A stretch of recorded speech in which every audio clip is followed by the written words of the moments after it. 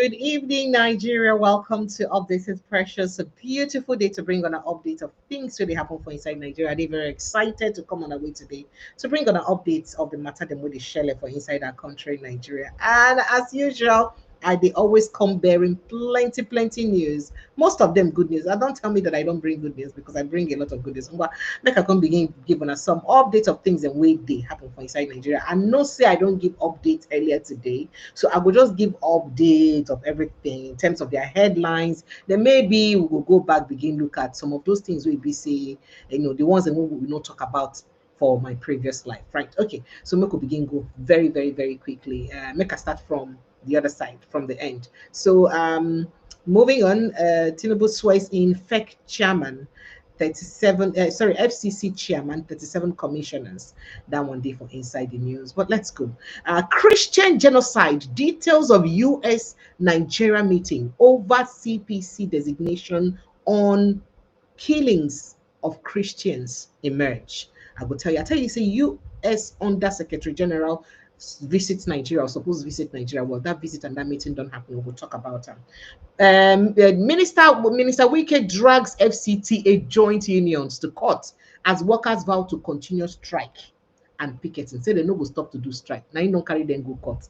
Is court going to give him a favorable judgment? People say, can Wike go to court without getting a favorable judgment? Your guess is as good as mine. FCT Minister Wike leads governor, other political associates to son's graduation in UK amid workers' strike. They say workers this strike, but he lead other people to his son graduation for inside UK. And governors, others join them for his son graduation. You need to see their faces. Make I send you video. I'm not going to say for you. All right. Tinubu's second term, an existential threat to Nigeria. Obonia, now they talk this one. Say Tinubu's second term, na existential threat to Nigeria. Why did he say that? That's deep. That's deep. Governor Makinde in Aso Villa to see Tinubu. And after he finished the visit, in talk, then one of the things when he talk, when I ask him whether you go come up for PDP, enter APC, I go tell you what's in the talk after now. Insecurity, 7 miners killed in midnight terrorist raid on illegal tin mining site in Plateau State. And Berom youth then don't they talk, say, we want justice. Fulani, in fact, they mentioned that it was Fulani militia terrorist. And I then call them, and I then put them like that for their press conference. Saying a Fulani militia terrorist and killed their 7 youths. Them. And if you see the youths, their lists come out. I think I mentioned it in the last live. From 19 years old to 26 to 29 years old. I think the oldest was 29 years old. Now, 2027. What Peter Obi must do to ADC to be ADC presidential candidate. That's it, Baba. I mean, Ahmed Baba. I say Ahmed. Hakim Baba Ahmed. 9 talk that one. I joined politics to rescue my state, Katsina State, from insecurity. Former DSS boss Daura and President Buhari ally. 9 they talk this one. 2027, rigging has begun. Oh, article blast Senate over Electoral Act amendment delay. See, I don't start rigging already because this one I know I made the Electoral Act 9 so I don't start the rigging already. That's what article talk. 2027, emulate article. Call your supporters to order. Baba Ahmed tells Peter Obi. Tinubu government to integrate Islamic finance standards into financial reporting in Nigeria. Did you hear me? Tinubu government to integrate Islamic finance standards into financial reporting in Nigeria. Ogun people criticizing me are backing dogs, says Governor Dapo Abiodun. If one they criticize me, say I no walk, road bad, ooh, when I just they back like dog. Now waiting the governor say make I tell on her. And the engineer accuses UNICEF of abandonment, neglect after suffering severe injuries on official duty. We are not a debt recovery agency. You're not gonna leave us. EFCC tells court in 152 million Lagos property dispute. Article's most important commitment to Nigeria right now. The most important thing is supposed to do to Nigeria or for Nigerians right now, not to quit 2027 presidential race. Just wash your hand like Pontius Pilate. Come more for 2027 presidential race. Now the only good thing you go do for Nigeria right now. Who talk this one? In Kingsman, Hakim Baba Ahmed. 9 talk this one. People say, Is it not your northern brother? Why do you not want him to contest? Well, you know. Lawyer Aloy Jimako labels $9 million US lobbying deal treasonous, says it targets Igbo people and it is bad. But say that thing when make them kill Igbo people for 1967, say Igbo no go let that happen again. Akpabio heads to Supreme Court to challenge appeal court's decision on Senator Akpoti Uduaghan's suspension. Nigeria police dismisses 12 inspectors, including Obo, illegally held in detention for months, one corporal. And then Governor Abdul Rahman suspends Kwara Poly rector, others probe into students' protest. And then Sokoto politician denies sodomy allegation, says claims was fabricated after rejecting sexual advances from an elderly man. You understand me? And it's male Sokoto politician. I don't know. These things happen in no. Okay. All right, moving on. Tinubu government vows to scrap HND power politics and polytechnics to award degrees. Terrorists abduct 2 chiefs in Kogi community. And then bandits demand 28.9 million naira for lost motorcycles before ransom talks for 166 abducted Christian worshippers in Kaduna State. And the governor of Kaduna State don't visit the community where the attack happened. And then shortlisted Kwara Forest Guard applicants accuse government of replacing them with APC loyalists with no security experience. And then bandits spotted trekking with 166 abducted churchgoers through bush paths in Kaduna village head. Now they talk this one. Most Nigeria's food baskets are security challenged. Shetima tells WEF, that is World Economic Forum delegates. Say most of our food baskets say we get economic challenge. Waiting make us get economic challenge. You go know later now. Now the gist nowadays to bring on like this. So, all right, then moving on very quickly. Tinubu normalizing kidnapping, violence by keeping quiet to deceive Nigerians. If they keep quiet to deceive Nigerians, he don't they make kidnapping a normal thing. Massacred Berom youth, I don't tell you what's in them talk. And of course, Rivers Chief Judge declines to set up panel against Governor Fubara and his deputy for their impeachment. And then thousands and thousands of Christians killed in Nigeria by terrorists. They will be hit very hard again. Donald Trump, now they talk this one. Thousands and thousands of Christians killed in Nigeria by terrorists. They will be hit very hard again. Donald Trump, now they talk this one. U.S. lawmakers vow action following abduction of Kaduna worshippers. Well, all of this and more, now be the matter we'll get for grand this evening. Very quickly today in a Thursday. So we get a Thursday tonic for Inside the House. Dr. Kaj Ononujude join us for the house. Dr. Kaj, good evening. Thank you so much for joining us. Good evening, sir, and welcome. Thank you very much for having me. Thank you. Thank you so much for joining us. Thank you. I'm sure you would have heard what happened with the abduction of the worshippers, even though so many media know they report and they were supposed to report them. But foreign media don't they report. I say make I report these foreign media people to you. It get as they use reporter news. Do you know that these people have the mind to report these things as if like say Nigerian government be they hide the killing of their own people? Now the way that they use report the thing. And now PDP don't call lambast the same government. They talk, say Nigerian government don't get so used to keeping quiet when people die. Tinubu-led government, now they talk. Say when people die, they just keep quiet and say they don't make killing and kidnapping normal thing. Because Tinubu go just keep quiet like saying a normal thing. Say it don't do too normal. This one, they're too embarrassing for our country. The reason that they ask this question is because, say courts rearrange Shawore because of say he call President Tinubu a criminal, because say he say Tinubu talk say he don't stop corruption for Nigeria. Now she will say, but lie you lie now, this is a criminal for lying. You understand? So they can't say DSS can't rearrange and tell and say for calling the president a criminal, it don't cost Nigeria international embarrassment. So people now don't they talk say no vex. This one where our government can't deny something will happen for their soil. I beg that one no dey more embarrassing. Say they deny the killing of the lives and the kidnap of the people where they swear an oath to protect. And make I just let you respond to this very quickly before we enter other matter than with the ground, sir. Yes, historically, Nigeria has a deep-rooted culture of denials. Ew. We're not a country of truth. Nigeria was founded on fraudulent machinations by the British. So we have needed lies and denials to maintain that particular problem. If Hell, you tell a lie, to maintain that lie, you you must tell continue another to lie. lie, tell another lie. So that's Hey. the contradiction. That's Nigeria. Now that we have had these killings, instead of the government coming clean about it and then sitting down with those who wish to help, no, it's now involving denial. It took the Americans coming here on their own and visiting Benue State to actually be convinced that the Nigerian government is steeped in its historical culture of denials.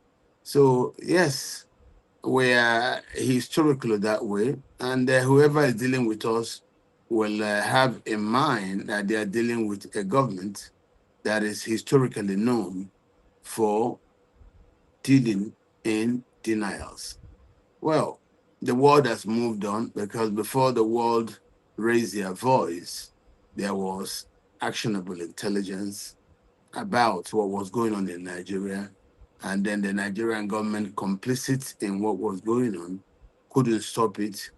And it took the international intervention for even Nigerians who were afraid of the government to start now to speak openly that yes, this uh, tribal ethnic cleansing Hmm. program being carried out by jihadists, it's a problem. And if you look at it, historically, it's been this way for very long. Since the agitation started by Islamists in 1978, it has not stopped. And if you check through their history, you will see Islamists never ever agreed to equality. That's why the country has had trouble. They do not ever admit equality, and they will never, because they've never done that. And that's the reasons why most people are thinking that probably it may be a good thing to have this country divided along such Hmm. religious lines, since the Muslims are not going to accept to coexist equally with the Christians in Nigeria. That is a fact that we have to deal with. Hell, hell. So line, but line not follow for my culture and I be Nigerian. No. It's so what does this mean for the image of Nigeria, especially for a country that has paid about 9 million US dollars? You know, say before this 9 million US dollars, it did the time when we pay some million of dollars or so to launder image. Remember, it was in the news. Then this one now don't pay 9 million now. So this one now to handle the narrative of Christian killing, genocide differently. But with all this London money we will spend to manage our image, what does it mean that we're still doing something that will make the world not see us somehow? What does it mean to our image generally, and especially the administration of President Bola Ahmed Tinubu? Because now in administration, not be him the killing start for your hand. We have to be fair to him. But now in administration, now they don't they talk say they hide this kind of thing where they happen now. Not be saying I be the first way don't hide them. But since this is happening in his administration, and the most attacks really happen, we barely also see him talk for some of the attacks really happen. So what do it mean to our image Well, and it what simply shows solution? us as a country with a leadership that is incompetent in calibrating a response, an intelligent response to the Fulani crisis. And it didn't start here. It started in Central African Republic. Then it got to Mali. It Hmm. got to Mauritania. So all along, we saw the Fulani crisis across the Sahel. And we didn't plan, no. We were in denial. That's the truth. And as the team bettered in Nigeria, Nigerian government don't even know how to deal with it. You now see governments like government of Katsina who were in bed with Buhari and who understood Buhari's arrangement, negotiating away the territories of their state to the terrorists. And now that they see that Nigerian government seems to be listening to what the US administration is saying, can you imagine that? They start releasing the terrorists from the cells who are held and asking them to go. And when you ask them, say, no, no, no, that they've had arrangement with local authorities, that is irresponsible. It shows you that the federal government doesn't have a national grip on what's going on. It's not on the same page with some of these governors, like governors of the Katsina state government, who seems to be heavily complicit in the terrorism within their area. And if you ask me, I'll tell you, it is the complicity of states like Ah, no, this Katsina uh-huh. that actually gives a lot of Nigerians and members of the international community, the problems that we all feel. I think it was very, very. Oh, network not today now. I beg. Make una sorry for us more now. Make we get the same conversation. I beg at the beg on our network. Mm. All right. So whilst we're waiting for that to happen, I don't know if you guys. Barrister Frank Uto made a video. Can you hear me? Go ahead, sir. Let me let you land. Let me let you Yes, land. what I'm saying is, Mm. now that we have seen, now we've seen that the Katsina state government is deeply complicit in what the terrorists are doing on its land, giving out money, protecting them, and even making sure the federal long arms of the law don't touch them, Hmm. uh, doing anything it can do in Katsina State to protect the terrorists. We have to probably use Katsina State as our exemplary state. Hmm. If we get it right in Katsina, then we can, double that particular strategy in the other parts of the country.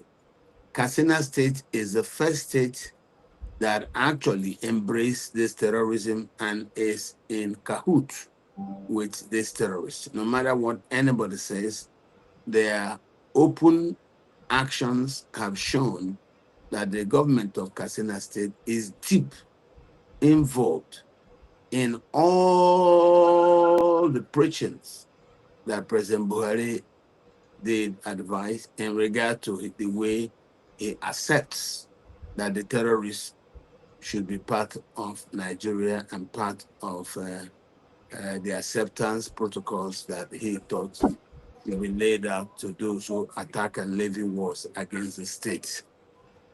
So I think anything we have to do to understand this crisis, we must use Katsina State as But our we've sounding board. had other states too, like I think we've had other states like Kaduna State also, because even Shigumi mentioned them, used them as reference, and said, state like Kaduna State, they are beginning to negotiate, and that there is relative peace because they are negotiating, they're in talks with them. We've seen them now in Kaduna State. When at the end and carry, we see different terrorists, them carry gun, everything come out for during a peace meeting where they call them for. So not be only Katsina State, man, don't call them put. But you see, all of these things, what would they do? Now, what to make me ask you, see, what it mean to the international community for the image of Nigeria, for the front of the world? Say, would they do things like this?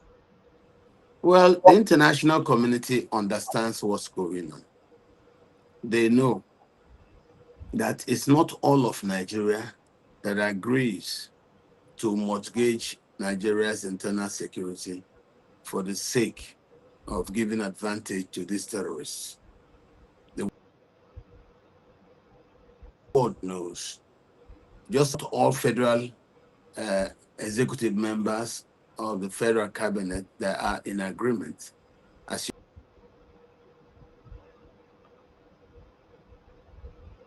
mentioned, Kaduna State, Katsina State. So there are states like that whose governors secretly were in cahoots with these terrorists.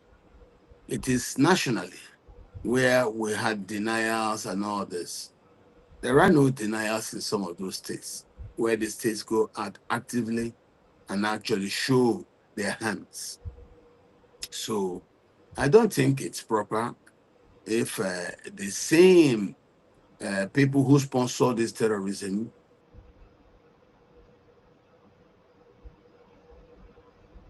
gotten and become charged to court for terrorism, but they were actually the ones doing the terrorism by funding terrorism all over the country and trying to use the one they were funding in the East as a distraction and Hmm. then to put it on Nnamdi Kanu as if he was the person funded it. No. Now we know. we have to sit down and then think along those lines. Now we have discovered that the people funding terrorism all over the country are the same one group of people that were funding the jihad. And we have now understood that they were funding terrorism in the eastern part of the country as a distraction, whereas they were doing the real terrorism across the north, in the middle belt specifically. Now that we understand it, and Shehu Malami is under arrest, I think the government has to start now to do what it should do, releasing Nandekano. And now that we have that it was the government hiring all those Biafra Nana proxy, making all those noise in the east to terrorism will happen. Buhari's government has gone. It is no more there to fund terrorism in the east. Terrorism in the east has ceased. But terrorism in the south, in the north, is on autopilot. And that's why you see it's still sustaining, because that's where we really have the terrorism going on. The ones funded in the east were just make-believes, where they were using proxies. Now that the federal government is no more funding it on a national scale, the unknown government sting operation has ceased to exist. It was a covert operation by the Buhari administration. Now we have seen all that. I think it makes sense that Nandekano and those arrested in the east for the trumped-up charges of terrorism should be allowed to go home. And then we can start from there to look at the other broader issues. You were talking about the $9 million investment. Yes, That's sir. nothing. The Nigerian government is a very shameless government. Don't care. If we have to spend all that kind of money just to try to lie, unless we are in support of the killings, and it has to take the government to be in support of the actions of the Fulani militias for them to be trying to spend this kind of amount of money to not pretend it never happened. But you see, like I told you last month on this station, I said they are acting late. The train has already left the station. Nothing is going to reverse where we are right now. The world has, after over a decade that this crisis started across the Sahel, gathered enough intelligence about what's happening to make their own sound judgments. And the world knows about the religious genocide across the Middle Belt. The Middle Belt in northern Nigeria is a place in the north that holds the largest pool of Nigerians, and it is a Christian majority area. And that's where these problems are. So killing people in the Christian belt. Hello, sir. It is not acceptable. And I think these things are things that we must say no to. I do not see any reason why anybody should accept that these killings should be defended. What anybody thinks about this. Okay. I think this is the killings. Those who try to defend the actions of the Fulani militia, I condemn them. And they should not forget that we are watching and we know. And that's why we said the elections should return to being free and fair. But you see, the Sunni minority that captured the state do not want free and fair elections because they don't have the numbers. And that's the truth. Islam never ever will accept equality. And they've never done. And that's why there's something a guest of mine said. There's something a guest said here. Okay, sir. There's something a guest said here, and I don't know. I think I should throw it to you to help us to fact check. He said, he's a lawyer. He said that Islam and democracy have never coexisted. Oh dear.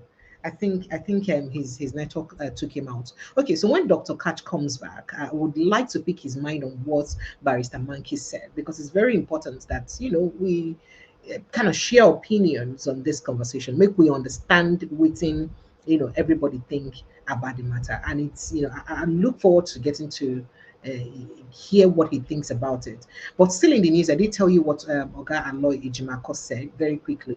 Okay, so I think Dr. Catch is back with us. Okay, so Dr. Catch, can you hear us? Yes, I can hear you very much. Okay, so I told you that there's something a lawyer said here. It was on Tuesday. He did say that Islam as a religion and democracy have never coexisted peacefully. That I should fact check him. Is that correct? Yes. Hey, how? Democracy is a system Mm, that equilibrates society and makes everybody, no matter who you are, to be yes. Okay. Democracy insists on one man, one vote. hmm, And that's the way it is.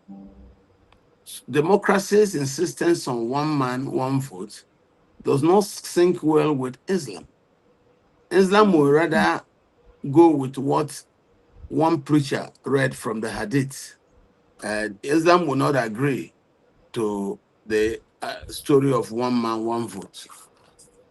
hmm. So all the countries, oh, I don't know why this network keeps kicking Dr. Catch out to chai. Hmm. Oh, this network. No, they do Dr. Catch like this now. So, I so, am back here now with you. so I am here. are you saying that most of these Islamic countries they don't have anything like democracy in them at all at all? And so they don't they practice democracy. Oh. Okay, sir. Can you hear me? All right. So whilst we wait for Dr. Catch to react, I did tell you earlier that Aloy Ejimako raised some concerns about Dr. Catch. Can you hear me? Okay, I think he's facing some challenge. I do hope that we can rectify that. Dr. Catch, I don't know if you can hear me. So here is something Aloy Ejimako posted whilst we wait to get to hear better from Dr. Catch. So here's something Aloy Ejimako posted. Can He you hear said, me? yes, I can hear you now, sir. Can you hear me? Ah, oh no, this is not fair. So Aloy Jimako did say that the 9 million being spent in Washington D.C. is to scapegoat Ndimo. That's what he said. All right, Dr. Kacha, you back? Yes, I Can you hear am me? back here. Okay, okay. Islam has never accepted equality. Wherever you see Muslims, there are about 30% in that community. They've started agitating. This Mhm. agitation started when Nigeria was about at 5% Muslims. And they've never stopped agitating till they now use coup to gain advantage through military decrees. And from then till now, we've never had peace. And that's why you now saw from the military decrees where Muslim officers wrote military decrees to give now the Muslims advantage till today. Nigeria has never known peace. They insist that they must be on top. They don't want equality. And that's what has brought us here now. So I think Islam has never accepted equality. It will never do because it has never done so. Hey, And that is where I think might lead us to call it uh, a day. The Nigerian project just may not work because the Muslims do not want equality with the Christians. hmm. Now talking about this, see what's in Aloy Jimako post. It talks say the 9 million being spent on Washington D.C. to scapegoat Ndigbo is treasonable or is treasonous. That's what he said, and it underscores why Ndigbo continue to feel unsafe and unwanted in Nigeria. The same wicked script played out in 1967 when Igbos were first scapegoated by the media before the slaughter followed. Never again. Let me take your reaction on what he said without preempting you. Because the state is not sincere, the state has been involved in this. What happened in New York is nothing compared to what happened during the Buhari days. The state, on its own, purposely sponsored hate crimes against Igbos. The unknown government covert operation is a hate crime against the Igbo. It was sponsored by the state. The Biafra Nana covert operation is a hate crime against the Igbos. It was sponsored by the Buhari administration. You can see it has stopped the minute the administration is off, and these things are just not proper. So I think if you start looking at the $9 million paid, which is normal in statecraft, a state playing catch-up campaign money to try to get lobbying up to where it believes it is very much behind. That is why I will not, because even by the time when we didn't have this kind of contract, you were having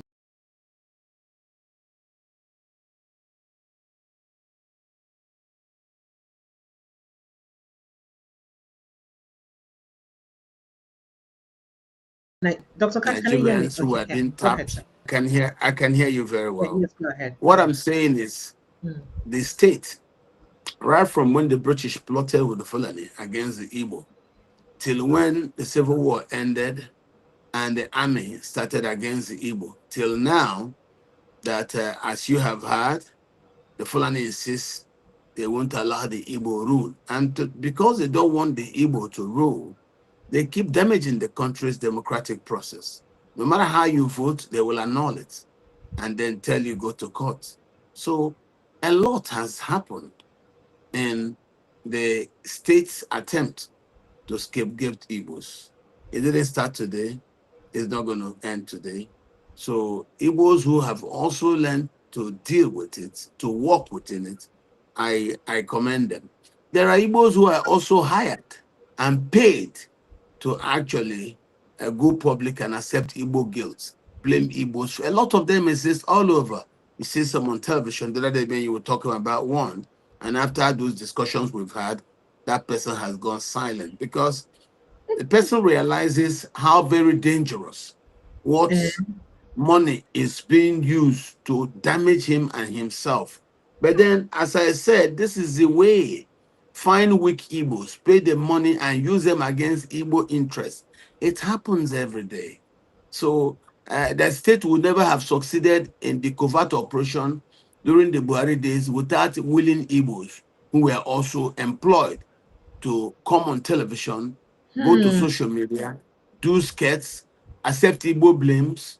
Yet it was all federal cabal and their member spending all the money that we have now seen on terrorism. Can you Hmm. imagine the very man writing the laws, Malami as Attorney General, is the Mhm. same person currently being arrested because For terrorism financing. exactly the federal government For the same thing has he held in the true Nandekano for. data. Hmm. Yes, the same thing him, Attorney General, was writing papers and coining as charges against Nnamdi Kanu. Those were the things that him, the Attorney General, was actually using Nigerian money to perpetrate. Hmm. Don't you see how evil the system is? Yes. So you're talking about the one in New York. That one is just recent small thing. I'm telling you for the ones here, the ones being done here. But people They are go the talk say ones na doing still alleged terrorism. now. Na alleged until he's proven guilty now. Now wetin dem dey talk. Those things, allege is one thing. The one they do in New York is small. The one they do inside the country is bigger, much, much Hmm. bigger. Yes, the country is not moving forward. You won't agree to build seaports in the east, all part of that strategy to subjugate the Igbo. It has never stopped. And why? Because the Igbo represent the largest pool of Christians in Nigeria. So you see now the religious angle. It's always been religious angle. It's always been there. And then you deal with the Igbo, another set of Catholics in the north, the largest pool of Catholics in the north, the TV, you deal with them. So they target these groups that are heavily Christian, infested, and they go after them. So we are beginning to get far more intelligent. We're having better information about what ails us. And I think it's better now than it was before. Before, people lived in total ignorance. Now we know that if the violence sustains for more than 48 hours, Nigerians now know it is the federal government that's doing it. So that Abacha maxim is true. And that was how we Mm, knew, as the violence across the country sustained for more than a week, more than a month, we knew it was the federal government doing it. And the minute the Americans came in and say, if you don't stop this, we'll do this, what happened? The federal government started giving instructions of, do not stay there. If you hear anybody shoot at you, shoot back. So that was how we now canceled the doctrine of do not engage. Who gave instructions for do not engage? People in the Ministry of Defense. You see mm, that? So telling you that the Fulani militias and all these Islamic jihadists got that, you know, victory, and they were constantly getting ahead over and above the abilities or so-called abilities of our armed forces, was simply because the sponsors of the jihad and patrons of this terrorism are in government, and they were telling the soldiers, do not engage, even though they shoot at you. Don't shoot back until you hear from us. Simply telling you that them inside government are complicit in the terrorism. And the minute, because of the American intervention, we changed that policy, what happened? Though it has not totally stopped, but it's much better today than it was before. So if we're not going to have one country, I think it's a good thing that we peacefully split. It's an experiment the British did, but the British arranged it to fail because, as I said earlier, at the end of the colonial period, why did they still let the Fulani continue to colonize the Hausas? You know, it was the British who organized it. You told, you set your workers, the colonial period is over, but you also allowed another set of colonial workers to continue to colonize. So Nigeria wasn't really wasn't really free. It was free in the south, but not free in the north. And those who got that advantage to work, as the British said, now thought they should get murderous as a strategy to seize the country by force. And what we had was the waves of ethnic cleansings that became genocidal as they set on a slow motion jihad. all right, This sir. is where we are now. All right, sir. Who All do right, you sir. blame? So, The British. Yes. all right. So very quickly, speaking about what Aloy Jimako said, and you do know that. Yeah, I mean, he said this because of the New York Times report of his screwdriver. Would they say a screwdriver? Say, waiting make Donald Trump attack Nigeria on strike. See, Donald Trump rally on the report of just a screwdriver seller for inside. I don't want to say uppy wake a market furniture. Say now you rely on when we can strike.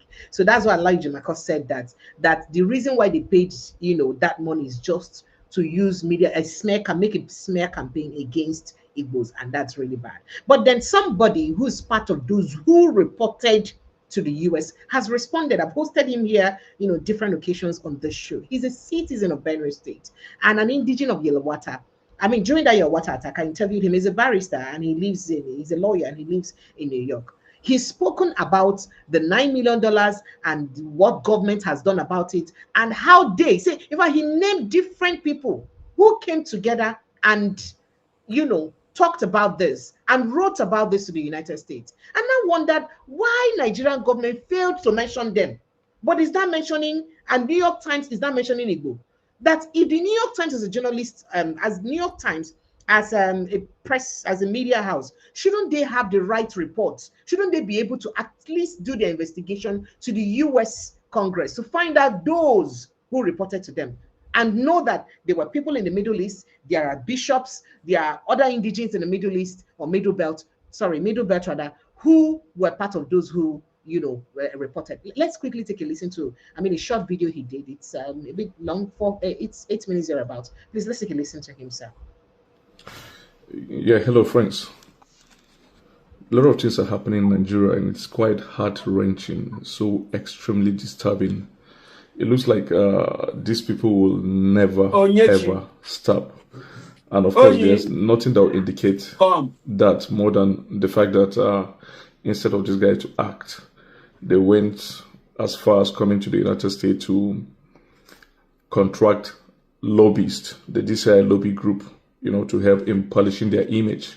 Because, like we keep saying, the best way to polish one's image is to act, But these guys, for the fact that they are contracting over $9 million, they are contracting the DCI for over $9 million for just a year, the highest ever that the DCI group has ever gotten. It's an indicator of the fact that they are not ready to stop. So we're in for a very long thing. You see, I've never in my entire life ever thought that I would want a different country from these guys. But I'm facing reality right now because these guys don't want to stop. The Fulanis who have been killing people every day in Nigeria have the support of their people from the caliphate to those in government, because if those people from the caliphate, from the Sultanate in Sokoto, to the likes of El Rufai, to the likes of Ganduji, to the likes of Ribadu, to the likes of even Shetima, will come together and ask these people to stop. I'm telling you to stop today. But they will never stand up because it's a collective agenda. That's the truth. That's the truth. And look, the genocide happening in Nigeria is the worst form of genocide anywhere in the world. The worst form of genocide anywhere in the world. And that is why the official records captures it that out of every 10 Christians killed in Nigeria, 7, out of every 10 Christians killed in the world, 7 are Nigerians. Killed by the Islamists. For what? For what? Look at what happened this weekend, this Sunday in Kaduna State, in Kajuru, in Kurminwali. 3 churches were raided by Fulani terrorists, and 177 persons were abducted, kidnapped. 11 escaped. And right now, the Fulani terrorists are with the abductees in the forest, the Christian abductees, straight from the church. The government of Kaduna denied, the police denied, and the chairman of the local government denied. You see, these people are so wise and so strategic, like I keep saying, to plant people within our midst. Like the chairman is a Christian, but he was denying what happened to his own people. So these people, these Fulani Islamists, have planted people all over, our own brethren. If you come to Benue State, from the state government level to the local government, they've infiltrated, they've planted so much people. Plateau State the same, Nasarawa State the same, Kaduna the same. And that goes to show you the agenda that has been there. And for any agenda to succeed, there must be moles. So they've had so much moles, For some of us, we're not surprised because even Judas, even amongst the 12, there was a Judas. So imagine amongst 1 million, how many Judases we will have. On the flip side, just imagine what happened in Kajuru this Sunday. Let's imagine that it was a mosque. Sunday service in Christendom is like Jumat, the Jumat mosque on Friday for the Muslims. So just imagine that a Jumat mosque was going on, and then a Christian militia group, like the Biro militia group or a Tiv militia group, operating in, let's say, Kano or Bauchi or Jigawa, goes to these 3 mosques and abduct people during Jumat. Just imagine. The Islamists who will call this the worst genocide ever recorded in the history of mankind. And they'll start burning everywhere. So we've been so tolerant. You see, people like, I know how many Muslims friends I've lost because they say, oh, fam, we thought you are not like this. I've never been like this, but I've been on the defensive. I've seen my community become destroyed. I've seen people I grew up with completely being killed for nothing in their own land. Fulani do not belong to Benue State, for instance. So there's no justification you coming to communities and killing people and then you begin to say it was cattle grazing. Cattle grazing how? We regulated cattle grazing. You refuse to abide by it. You say you want Sharia. In Nigeria, look, we are a secular state. I keep mentioning this example that Senegal is 95% Muslim. But there's no Sharia. We just watched what happened in Morocco recently, the tournament, the AFCON. You could see Moroccan ladies in the stadium with their hair free. That is a free society. Religion should be private. Hijab does not originate from Islam. It started right from the Jewish period up to Christianity. But, they feel that Christian ladies do not are wayward. No, it's because the religion allows liberty. And so it feels that, look, if you can adhere to what Christ has preached, good and fine. And so it leaves you at your own liberty. If not, the lives of hijab covering does not emanate from Islam. It's a Jewish tradition up to Christianity. And that's why the Reverend sisters, they still cover themselves. But we are a religion that allows liberty, knowing that it's between you and your God. That is how religion should be. You don't force religion on people. And by the way, there is no nation on the surface of the earth practicing Sharia that is a model nation. Not Afghanistan, not Iran. Iran said they are an Islamic republic and they want to spread Islam all around the world. Sharia must go all around the world. They want to stage a jihad. And ironically, the arms they are using are produced in the Christian nation of Russia. They want to use arms from a Christian country to spread jihad. They go as far as an atheist nation, a nation that does not believe in God, atheist nation of North Korea, to develop her nuclear capabilities. And they go to a Buddhist nation and a Tao nation of China to get their air defense system and missiles. So can you see the hypocrisy? You want to use the technology of the cavalry to kill the cavalry to spread Islam. Who does that? Why can't you not allow people practice their religion in peace? The first 10 most peaceful nations in the world, there's no Islamic country in it. The first 10 most peaceful country in the world, Google them. The first 10 happiest nation in the world does not have any of these guys in it. The first 10 richest nation with the highest GDPs in the world, they're all Christian majority countries, with the exception of China and Japan, which has Buddhist and Tao. So what are we saying? Why can't you allow people just be on their own? You see, you want to bring Sharia in Nigeria, and then when other parts say, okay, you can have your Sharia, let's cut off. They begin to, the Sultan, I saw a video of them going around preaching unity of Nigeria, oneness of Nigeria. But you are insisting you want to practice Sharia. Why can't you allow other people who want to go? You can practice your Sharia when you cut off yourself and name yourself Republic of Arewastan, like Pakistan or Afghanistan. But you want to practice Sharia in our own land that is a secular country. In our own land. And when people say they want to go, you begin to go up and down preaching this. And then, look, the world is modern. The fact that you destroy other people in the past is not possible now. It's not possible. And that is why, even sometimes I look at some of this, the Fulanis have never won any war anywhere, especially in modern times. The fact that they come in the depth of the night and kill women and children and does not mean they are powerful. If they are powerful, let's stand face to face, and they'll see the might of these other tribes that they've been killing. Like I keep mentioning, during the Second World War, the soldiers that were taken from Nigeria to fight in the British frontiers in Asia, in Myanmar, in Malaysia, were not Fulani soldiers. They were soldiers from the Middle Belt, Thief soldiers, Idoma soldiers, soldiers from Plateau. Majorly, the soldiers during the Civil War who won the Civil War for Nigeria were basically Middle Belt soldiers and Yoruba soldiers. T.Y. Danjuma, the Thief soldiers there, the Angas soldiers, Lantern soldiers, the Yoruba soldiers, Obasanjo, and the Scorpion. You know, the guy who was famously known as the Scorpion. There's no any remarkable Fulani man there. So you are not strong. You are just coming like the devils that you've always been in the depth of the night from the bushes and striking communities, and you think you are strong. Because you plotted so that the soldiers, your people in authority have strategized and plotted so that they will disarm all these communities that they've always done to all the Benue communities, all the Plateau communities and Southern Kaduna communities. And then you come and strike and kill people, then you think you are strong. We want peace. We've been preaching peace, and it's quite unfair. Okay. All right. I don't want to take more than that so that I don't waste our time too much. Dr. Kach, I don't know if you can hear me. So that's what Mr. Uto said. And one of the things he said towards the end of that interview, say these people, then when they do this attack, say they be cowards, say they're not strong, because if they're strong, may they declare physical fight between them and the communities within the attack. May the communities arm themselves, may them they arm them, will see who will kill each other for fights.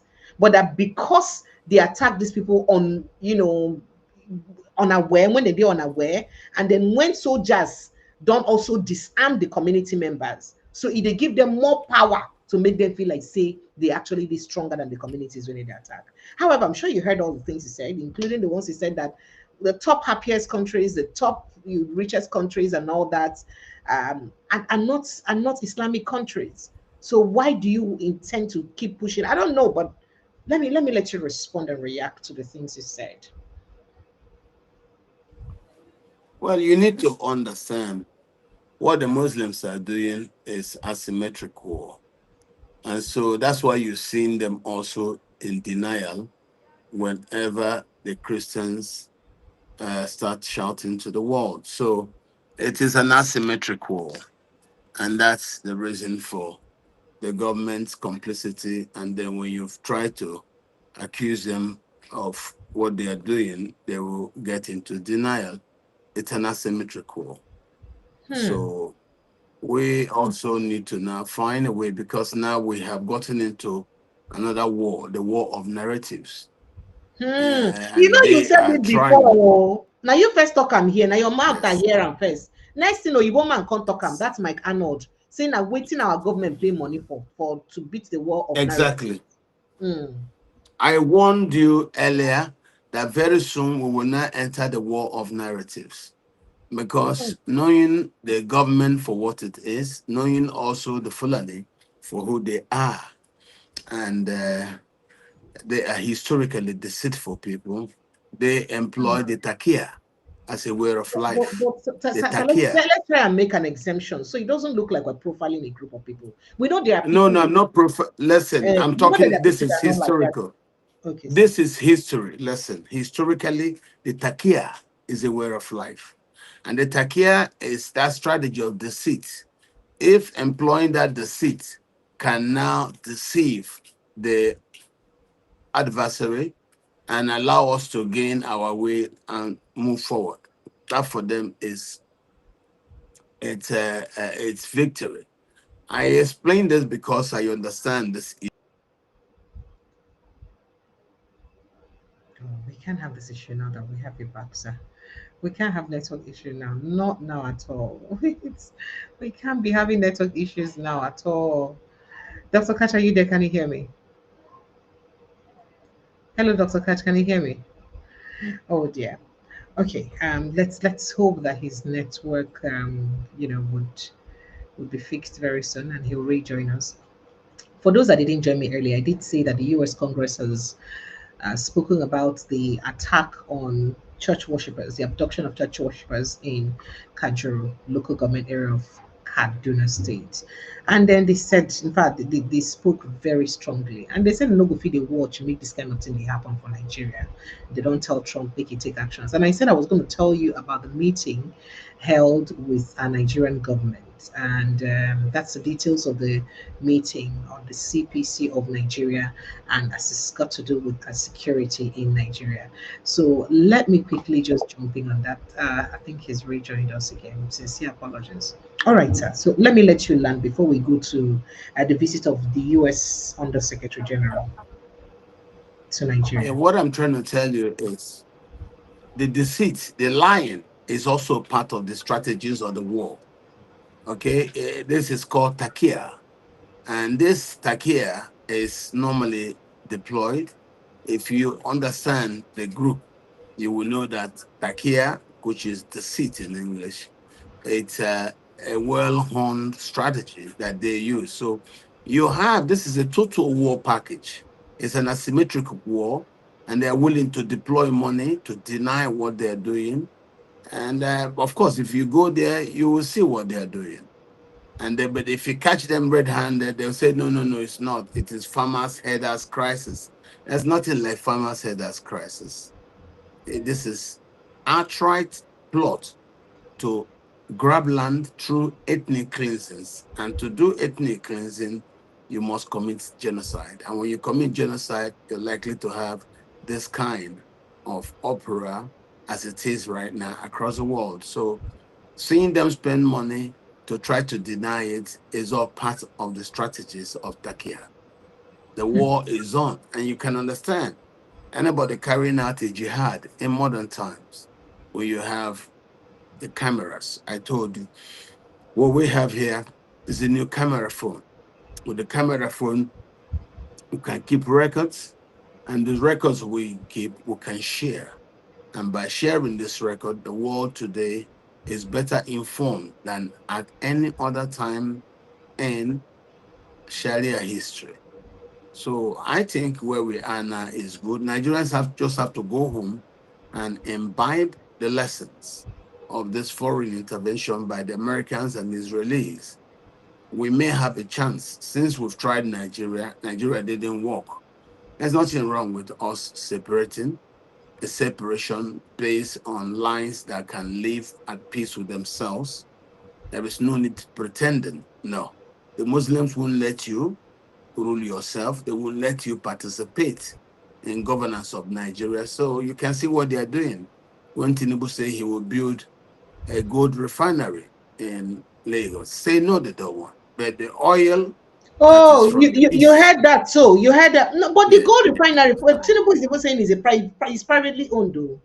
And I thought we would have celebrated it. No, but I'm not saying go bring up that matter. So yes, the North is they protest against them. How dare we have a gold refinery in Lagos State when are not the gold day? But we have oil in sorry refinery in Kaduna State, and we have a lot of northern people with oil well in the north. So does that speak anything to how Nigeria operates? Like if this oil in the southeast were to be in the north, what do you think would have happened, sir, based on these rejections?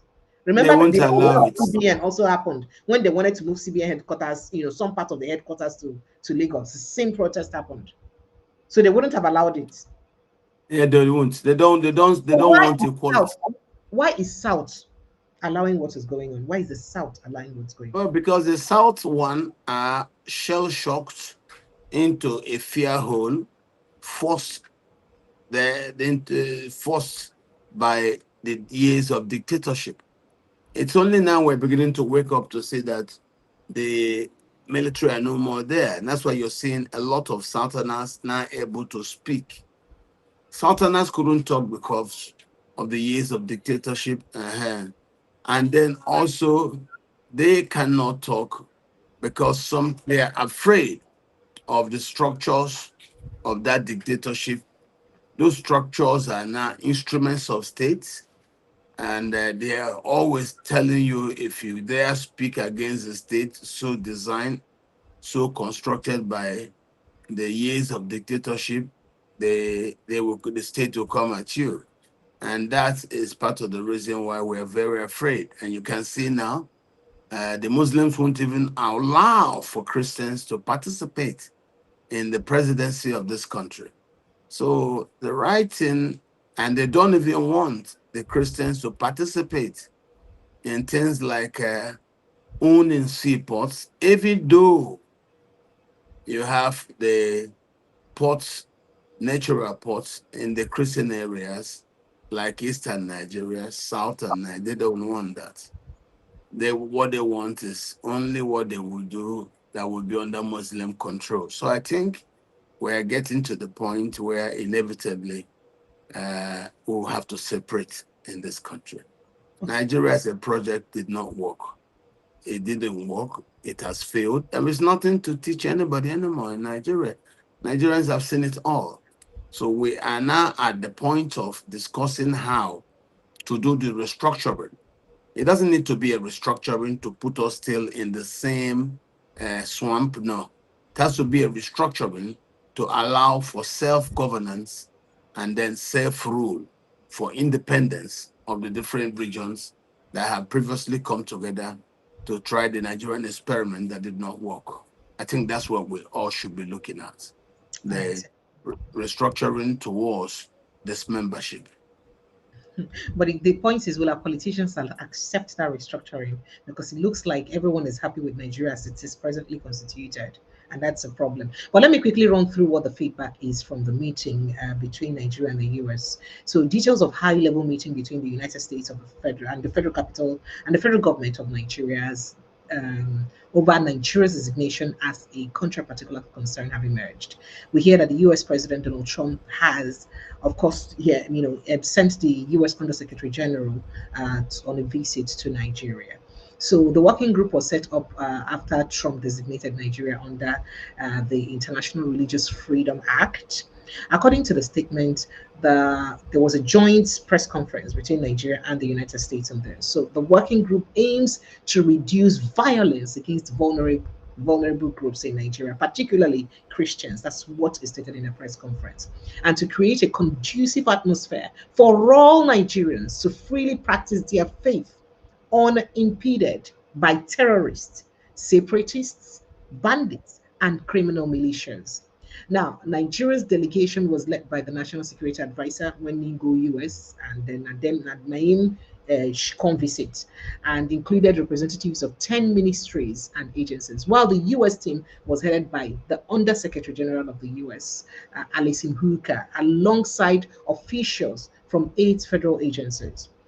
Now, the two sides held that, or what they described as strategic discussions on how deeper US Nigeria cooperation could improve religious freedom and strengthen security nationwide. They also reaffirmed a long-standing bilateral relationship between both countries, which they said grounded in shared values and pluralism, what they call that, and respect for the rule of law. So they said, a lot of others. Now, both governments in the statement reiterated their strong and unflinching commitment to unfolding the principles of religious freedom and agreed on the need for joint, active, sustained measures to promote and protect freedom of religion or belief for all, in line with the Constitution of the Federal Republic of Nigeria.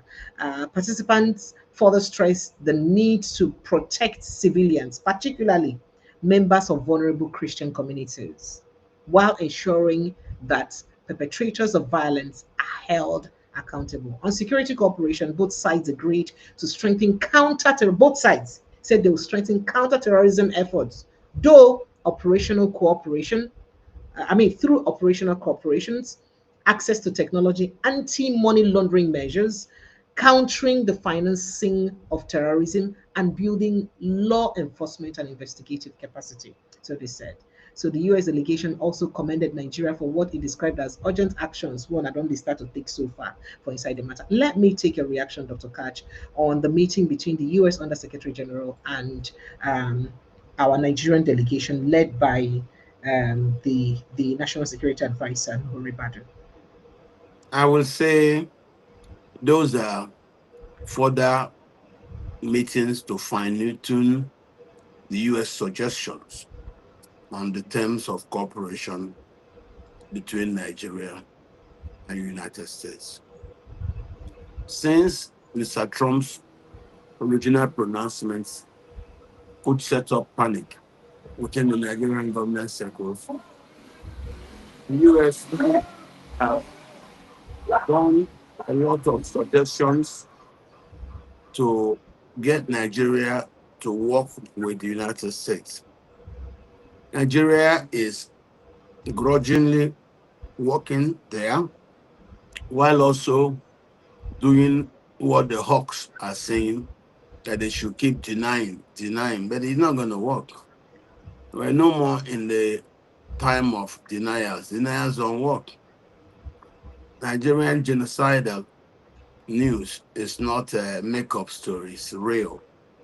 The Muslims have been fighting here for over one decade, so finally the world has now stood up to take a look, and the world are pointing condemnation and blame fingers against the government for its complicity and its inability to do much to save the vulnerable Christian populations. All right, sir. So the US is further fine-tuning the papers and the agreements that they have originally written with the Nigerian government. There's nothing wrong. There's nothing new in what we are saying. It's just that we believe we will see more of that as the U.S. will lead and drive its roadmap for this 2026. All right. All right. So now you mentioned 2026, 2027. But before we get to that, I'd like us to touch on a couple of other issues very quickly. So we know, say, now I don't know what I remember the story of Ali Cafe. Ali Cafe, he don't the retired army general, or the forcefully retired army general. He has called for a full probe into the release of 48 terrorism financing suspects. You know, saying on the talk and say the names and way we say in release say they finance terrorism. Nigeria, when Nigerian government release that they haven't still, perhaps probed why they released those people on what he called suspicious circumstances, and we wonder within those suspicious circumstances be.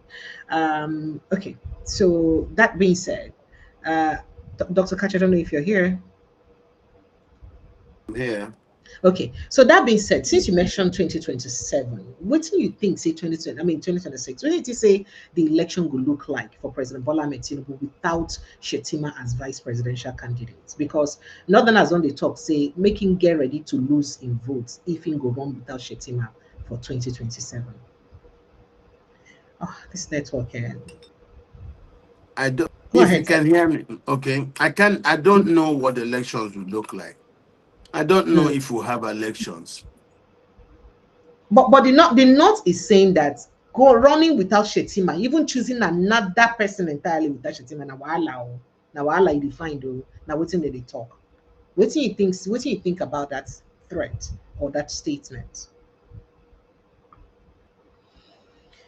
Sincere apologies for the troubles. I can imagine how disturbing it is to go get in and out of network like this. I beg Nigerians, please bear with us. This is Nigeria. I don't know. Yes, go ahead, sir, if you can hear me. Can you hear me, sir? Can you hear me, sir? Oh dear. Dr. Catch, can you hear me? This is really troubling.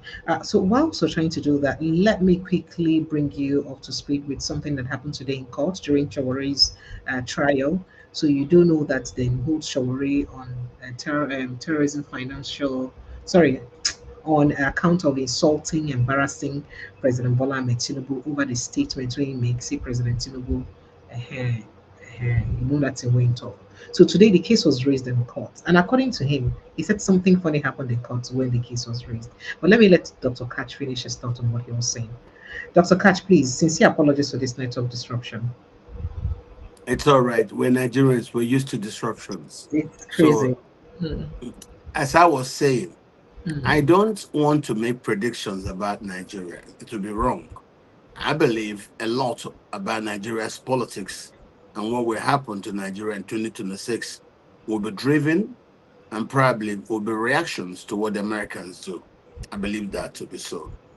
You can see that the Nigerian government don't really have an agenda except to just stay in power. And to stay in power, they will tell lies, do a lot. And the more you lie in the face of what's going on, the more the world will think you're not fit to be trusted to deal with the issue. It's because the more you lie, the more people will think, look, this man is not serious. Look at what we're saying. And he's lying. So how can you trust him to sort the issue when he's lying about it? This is the problem Nigerian government has before the international community. This is the problem Nigerian government has with the United States government that's currently intervening alongside the state of Israel in the Nigerian genocidal crisis. All right, sir. One of the reason I raise this issue is that we had heard over the weekend that there is some sort of coalition between Kwankwaso and Peter Obi, pushed by former President Olusegun Obasanjo, saying don't even form committee to use, committee made up of people from Obi's camp and people from Kwankwaso's camp, and that he's been marketing Peter Obi to northern block, northern power blocks, so that they go. If you want to see IBB just the day before yesterday, how you take say that alliance go work, especially immediately after we finish hearing that one. Now come here say President Tinubu don't invite Konkoso to come for some talks. As Abba Yusuf they come APC. You don't invite Konkoso to know how you go fit use joining Godson Abba Yusuf.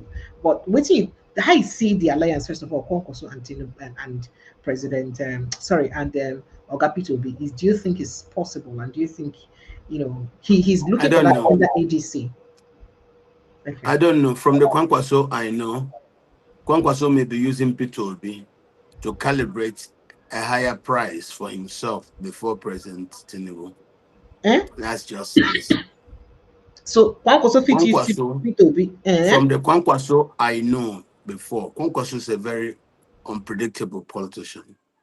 He may be using the romance with Peter Obi, so to call it, to calibrate a higher value for himself as he speaks to President Tinubu. That is what I know Kwankwaso to be. He's a man who will tell you one thing in the morning and in the evening he's saying something else. So I really don't want to take it as real until I start hearing from him things that I should take home to the bank. If not so, let's just say this is what we're hearing. Hmm. Okay. Oh. All right, sir. So there was something that Hakim Baba Ahmed, I keep calling him that. Hakim Baba Ahmed said. He did say that one favor, the only good Atiku Abubakar should do to Nigerians is to forget about 2027 presidential ambition. And people are saying, would you advise a man to forget about his own ambition? Is that a fair thing to say to a man? Can I take you Yes, reaction, guys? yes. Several leaders in the north are trying to tell Atiku,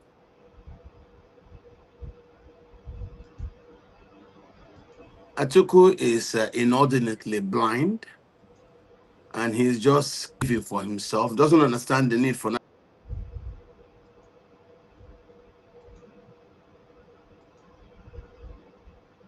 Oh dear. Oh, this network conversation we have in 30 minutes, you make us, prolong it further. Network, sorry for us small now. I'm so sorry, sir. Go ahead, please. This problem now, so Muslim leaders are speaking alongside to tell Atiku, stop this thing so that the Southerners can gain some kind of inclusion. As I told you earlier, the problem the Muslims have had is that Islam never accepts equality. Muslims will never agree to equality. They will never agree to a level playing field to share the country with the Christians. And if they refuse, this will now further infuriate the Christians and lead to that mindset of Christians wanting to do away in Nigeria, to stay on their own. You can't let them become part and parcel of Nigeria and you don't allow them, the Christians, access to governance of the country.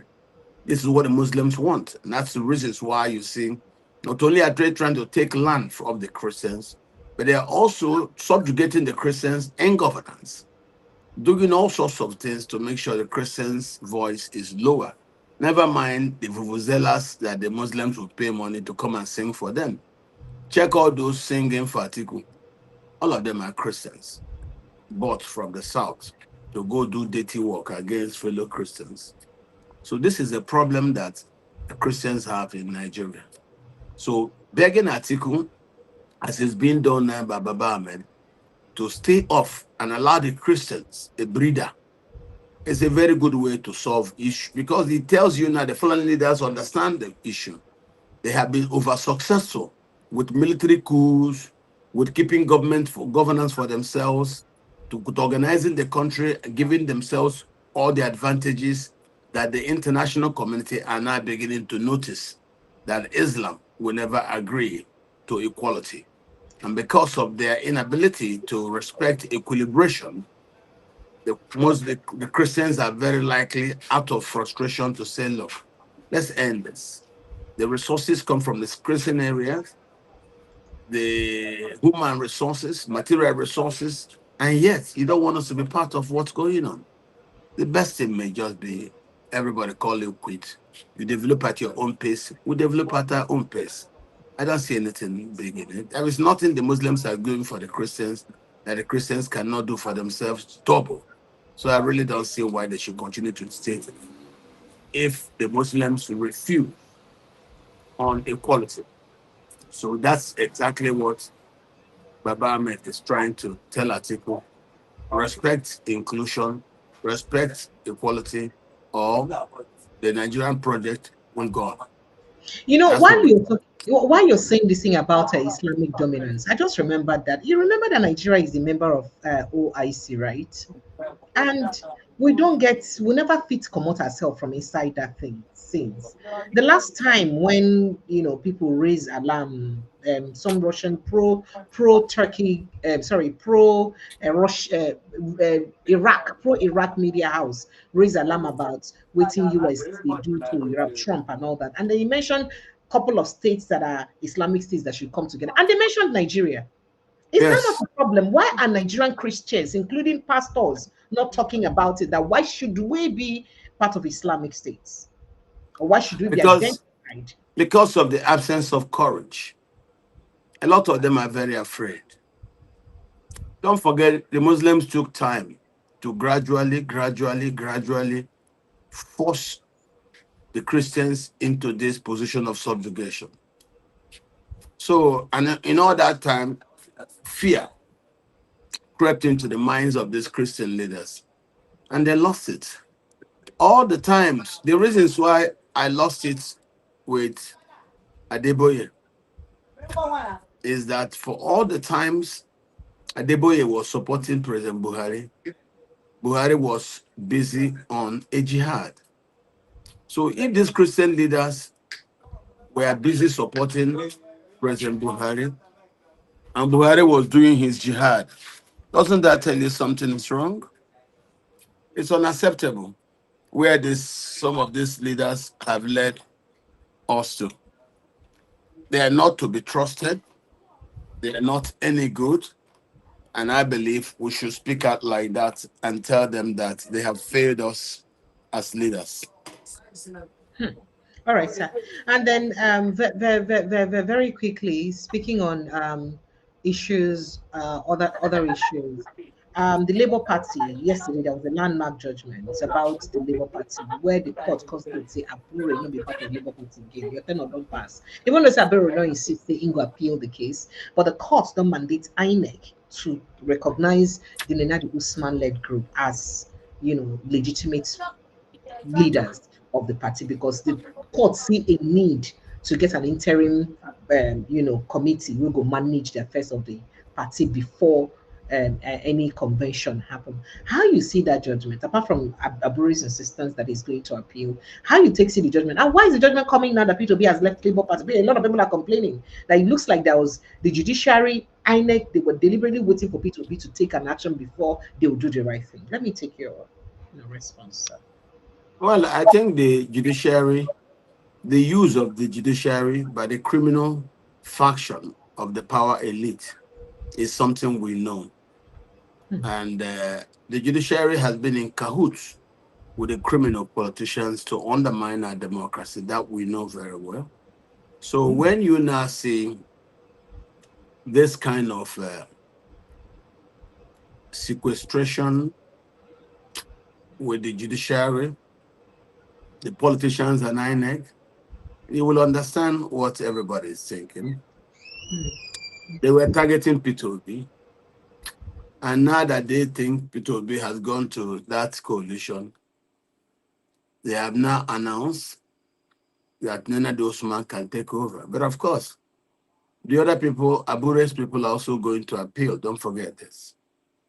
And the state, with its capacity and powers over the judiciary, we don't yet know what will happen. So, but yes, the pronouncement by the Supreme Court says that Abure's tenure has come to an end. So if Yes. there's anything that will happen now, is that the party can start its processes of canvassing ward, local government, and state congresses to be able to generate delegates, which is what Abure couldn't do, to do those local congresses that will help him generate delegates that he could then take to a national convention where election could be held. I think if the party rank and file and leaders work now within a It's can so be sad. achieved very easily. All right, so can you hear me? Okay.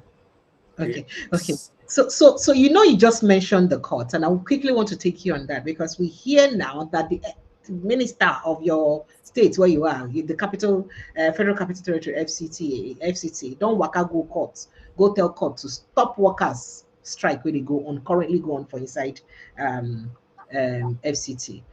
Even though people they talk say, why would you want to interfere on their strike without meeting their demands? But they don't get court order to stop. In fact, I'm waiting at just again that the brewing Cold War between the Federal Capital Territory yes, and Wike and the administration's workforce reached a legal flashpoint today, Thursday, as the FCT administration, Oga Wike, successfully moved to disarm the labor unions through the judiciary. Now, the National Industrial Court in Abuja issued a decisive order of interlocutory injunction, effectively barring the Joint Union Actions Committee, JUAC, from continuing its indefinite strike, which had threatened and to paralyze the capital's administrative engine. Make her take your thought on it very quickly. Now, these people are making clear demands. Their demands have not been met, but courts don't stop them now. Say, oh yeah, no more again through an injunction. Go ahead, sir. What the court granted was an interlocutory Mm. injunction. It's not a giant judgment. So an interlocutory doesn't stop them from going on a strike. If after 7 days heaven doesn't fall and the people who brought the injunction can't prove anything further that heaven will fall, I think it will elapse and they will continue doing what they're doing. So I don't see an issue. It's still within the week. Of course, Labour always all know how to play their game. They can go around and they refuse to respect what the court says if they are not properly served, which is what government itself will also do. So those things, I don't see any issue in it. Once Labour has that mindset to down tools, you can't force them to work. Courts can't Hmm. cause them to work. Of course, you can't But, force but them to how, work. how difficult is it for Nigerian politicians to meet demands of people who truly work? But it is easier for them to meet their personal demands. A typical example is the severance benefit and, of course, pension of politicians vis-a-vis that of civil servants who have worked for 36 years in the country. Why is it hard for them to know, say, these people don't work more past us? But you as a governor, go figure house, get how yearly almost the same rent. Like what he tried to stop in Abia State that Ojo Zokala and the rest of them are coming for him. As a governor, you're receiving salary the same amount that the sitting governor is receiving. You have right to a house here, you have right to a car and a driver, you have right to this for you and your family members. Instead of ripping the states dry for successive Well, governors it like is so that. because it is so very first simple. The people you're talking about, the governors, they make the laws. They tell the legislators how to write the laws. They sign the laws. The workers you're talking about don't make the laws. They don't sign the laws. And we're talking that our democracy should normally be representative, but it is not. Those who get in there, suddenly think that they're everything, and they connive to pocket the state, keep what belongs to the people, don't care about the people, and when you complain, they will say go to court because they also have strong strengths at the courts, where some of them, as Wike confessed in the issue of Osun State, that he intervened and got them victory in court. So if you have people who can do such and then come publicly to boast about it, that tells you that the courts are also under capture. Well, but like I normally say, these things don't last forever. Everything that has a beginning will ultimately come to an end. So I don't see a big issue or a reason for anybody to think about tomorrow that will never come. Tomorrow always comes, and it comes very quickly, and it comes like karma. Hmm.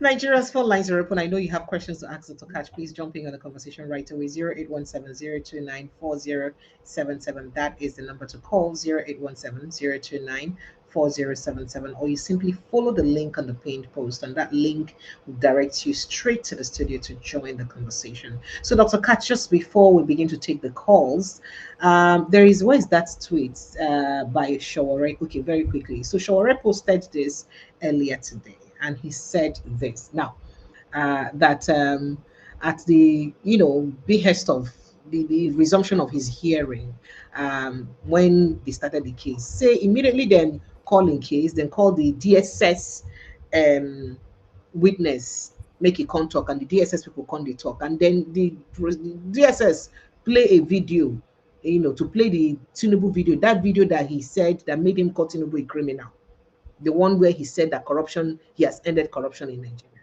So that they played that video in the court. But that immediately they played the video in the court, even everybody for the court begin laugh, including the judge. That means even themselves no believe say corruption don't end for Nigeria. Make a play a video of when they talk about, and then it's nice of this. Take a listen. Go. How would you describe to this person? What we had expected. Last proceeding, they said they cannot name from those witnesses. But last proceeding, they said that they can't even name the witness. Today they brought a guy. I think they finally found the witness after last week, after we challenged them. So they brought one playboy from DSS. And he said that in all the matters happening in Nigeria in 2025, it was initially painful. at the point he said there was no corruption, and the court erupted. I can beat my chest for that. It was initially painful, but today the result is Listen. blossoming. It's getting clearer to the people. We add more money to the economy, no more corruption. Aha, so you heard that. So there was that laughter in court. It'd be like say, I don't know whether the judge even follow laugh self, because it'd be like say, shock him. What does that speak? What wasn't it talk about us for Nigeria, that we will hear that there is no more corruption in our country, even in a court, somewhere as sacred as the court, everybody go through away laugh. Well, Nigeria's phone lines are open. Let me take your thoughts on that quickly and open the phone lines, Dr. Kaj. Hello, sir. There is nothing Showore said in the video that is new. All of them know the truth. Whenever you are reminded of a truth, you will smile, even if there's a dispute about that truth. Okay. Anyway, what is in trial is decorum. How do we tell the truth without causing offense? I think that's where we are. So we need to find ways to tell the truth without causing offense. It's like me now describing to you the circumstances and the particulars of an attack. And you say, no, don't mention these people. It's like profiling. But I need to be honest about these issues. We don't talk sometimes because of historically organized fear that's supposed to deter us from speaking on a subject those who frighten us, who threaten us, don't want us to discuss. But we're not discussing them. So it's the same thing. We're not going to be afraid of anybody. Nigeria belongs to all of us. And we are moving towards a reset. I have no doubt. I'm very optimistic about where we'll get to very quickly.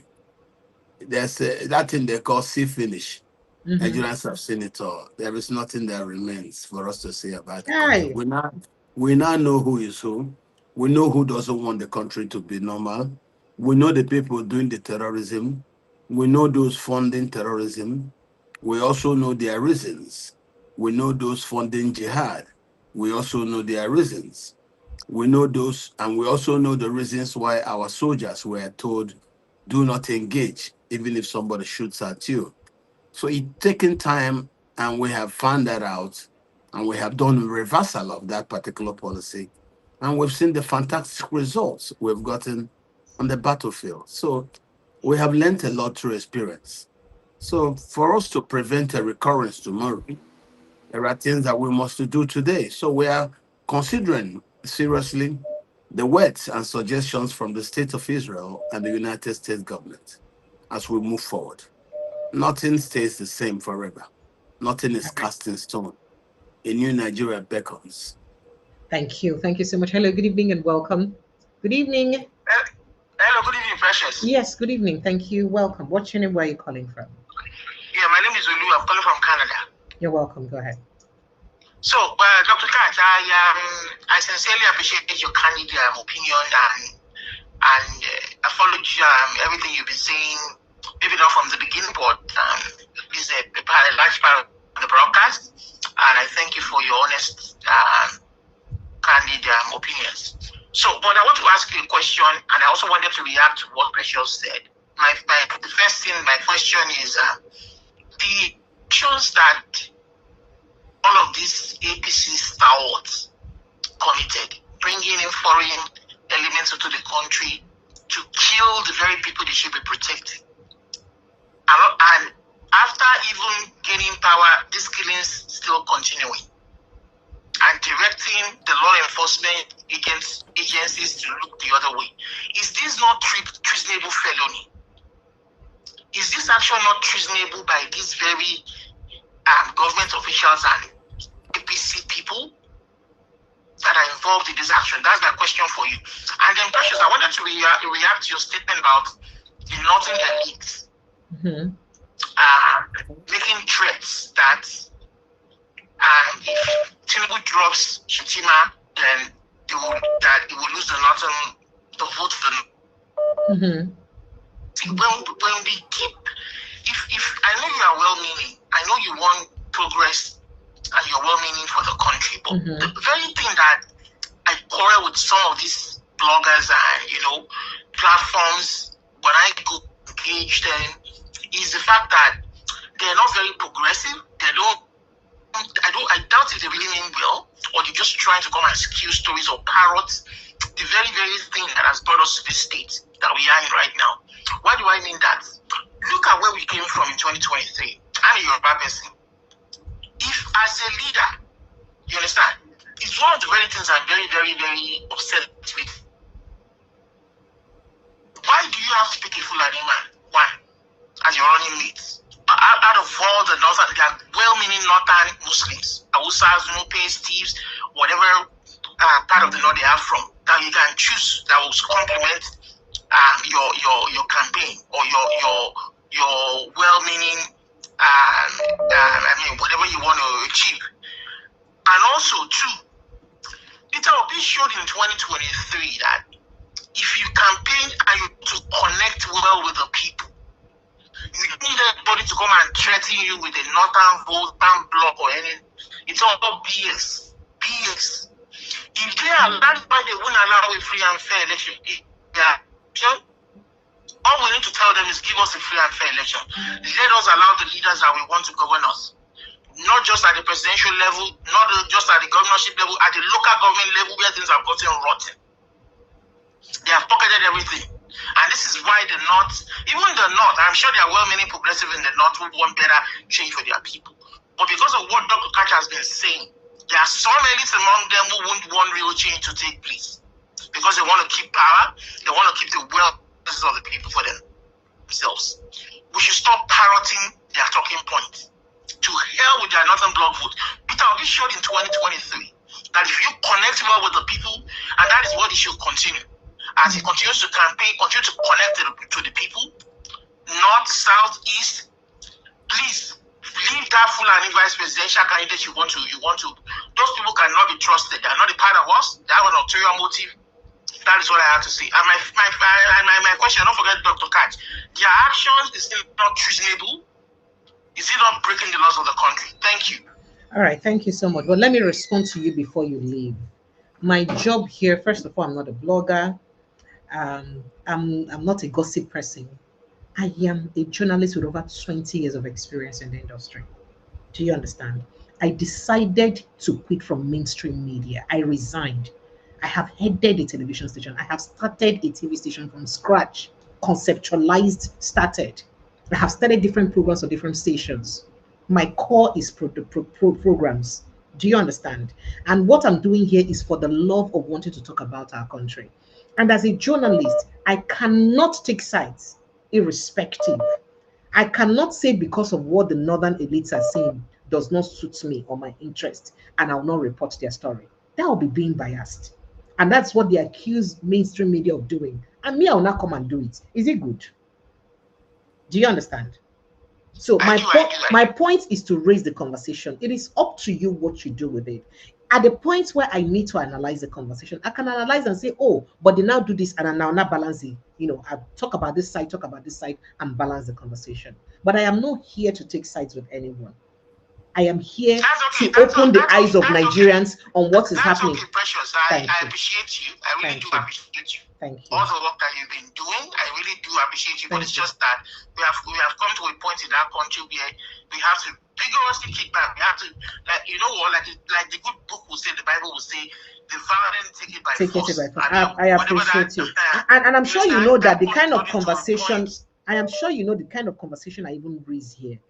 Most mainstream media would not even dare to, because the NBC rules will not let them do.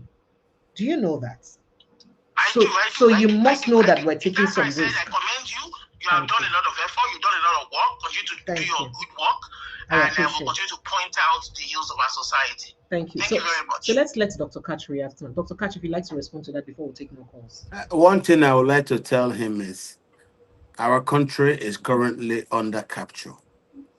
And reporting the news, reporting the truth, those are two things. And we can get into trouble for the things we say, depending on who wants to hear what you say. There are those who don't like me because I insist on speaking the truth.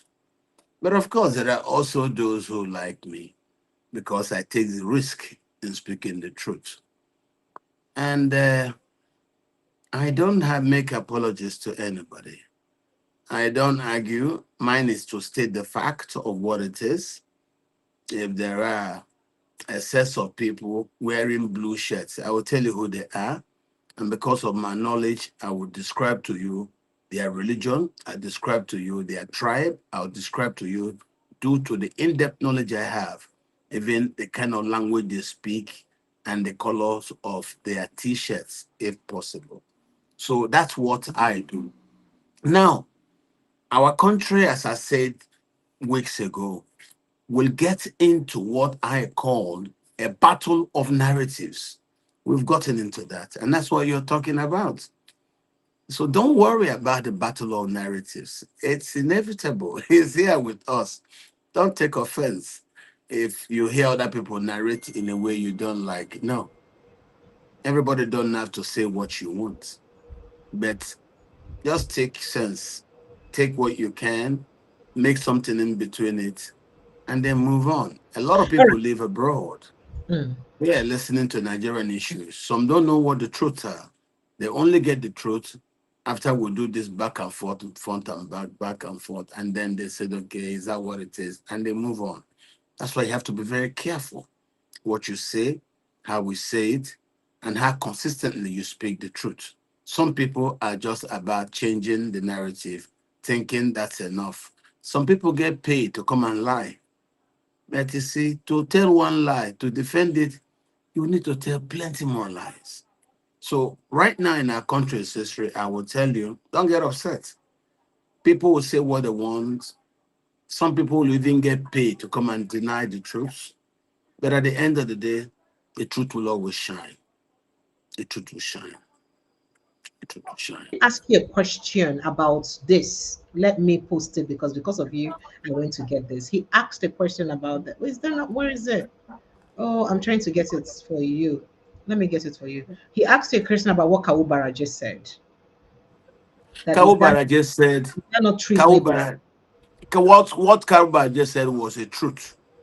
At So the you time, think if he's confessing to the fact that they went to go and bring these people from the Sahel to come and take over so that they can win election, and they're the ones hunting us today, is that not yeah, but treason? you also need to understand the context in which he said it. When Kawu Barades said it as a new, he said it of APC. That is the truth. It was the party, the APC, that they had joined then. And they were bringing the people to come from Mali, Sierra Leone, Burkina Faso, all to come and fight. He could say it and get away because them who did it are still in government. That's why nobody is touching them. Everybody that he complained about are still in government as I'm talking to you. So what he said is because he's gotten out of that government and the people who did it are still in government, he said, but look, this is what we did when we were in government. We brought in these people to come and do these things so that we can win the 2015 election. What he says is true. But why nothing has happened is because the people who committed these acts are still in government. The ones who are not in government are people like Malami. So Malami can be arrested and be tried for doing this thing. Well, that's Malami. What about those who are still in government, who have not yet fallen out of favor with the government? But once you fall out of favor with government, like Malami, you will now be reminded of your actions in the immediate past. That's just the truth. So in regards to what Mr. Kawubara just said, those who are currently not in the good books of government are being made to answer for their roles in bringing in and funding terrorism. But those who are still in government are currently walking about free and nothing is happening to them. That's the truth. All right, sir.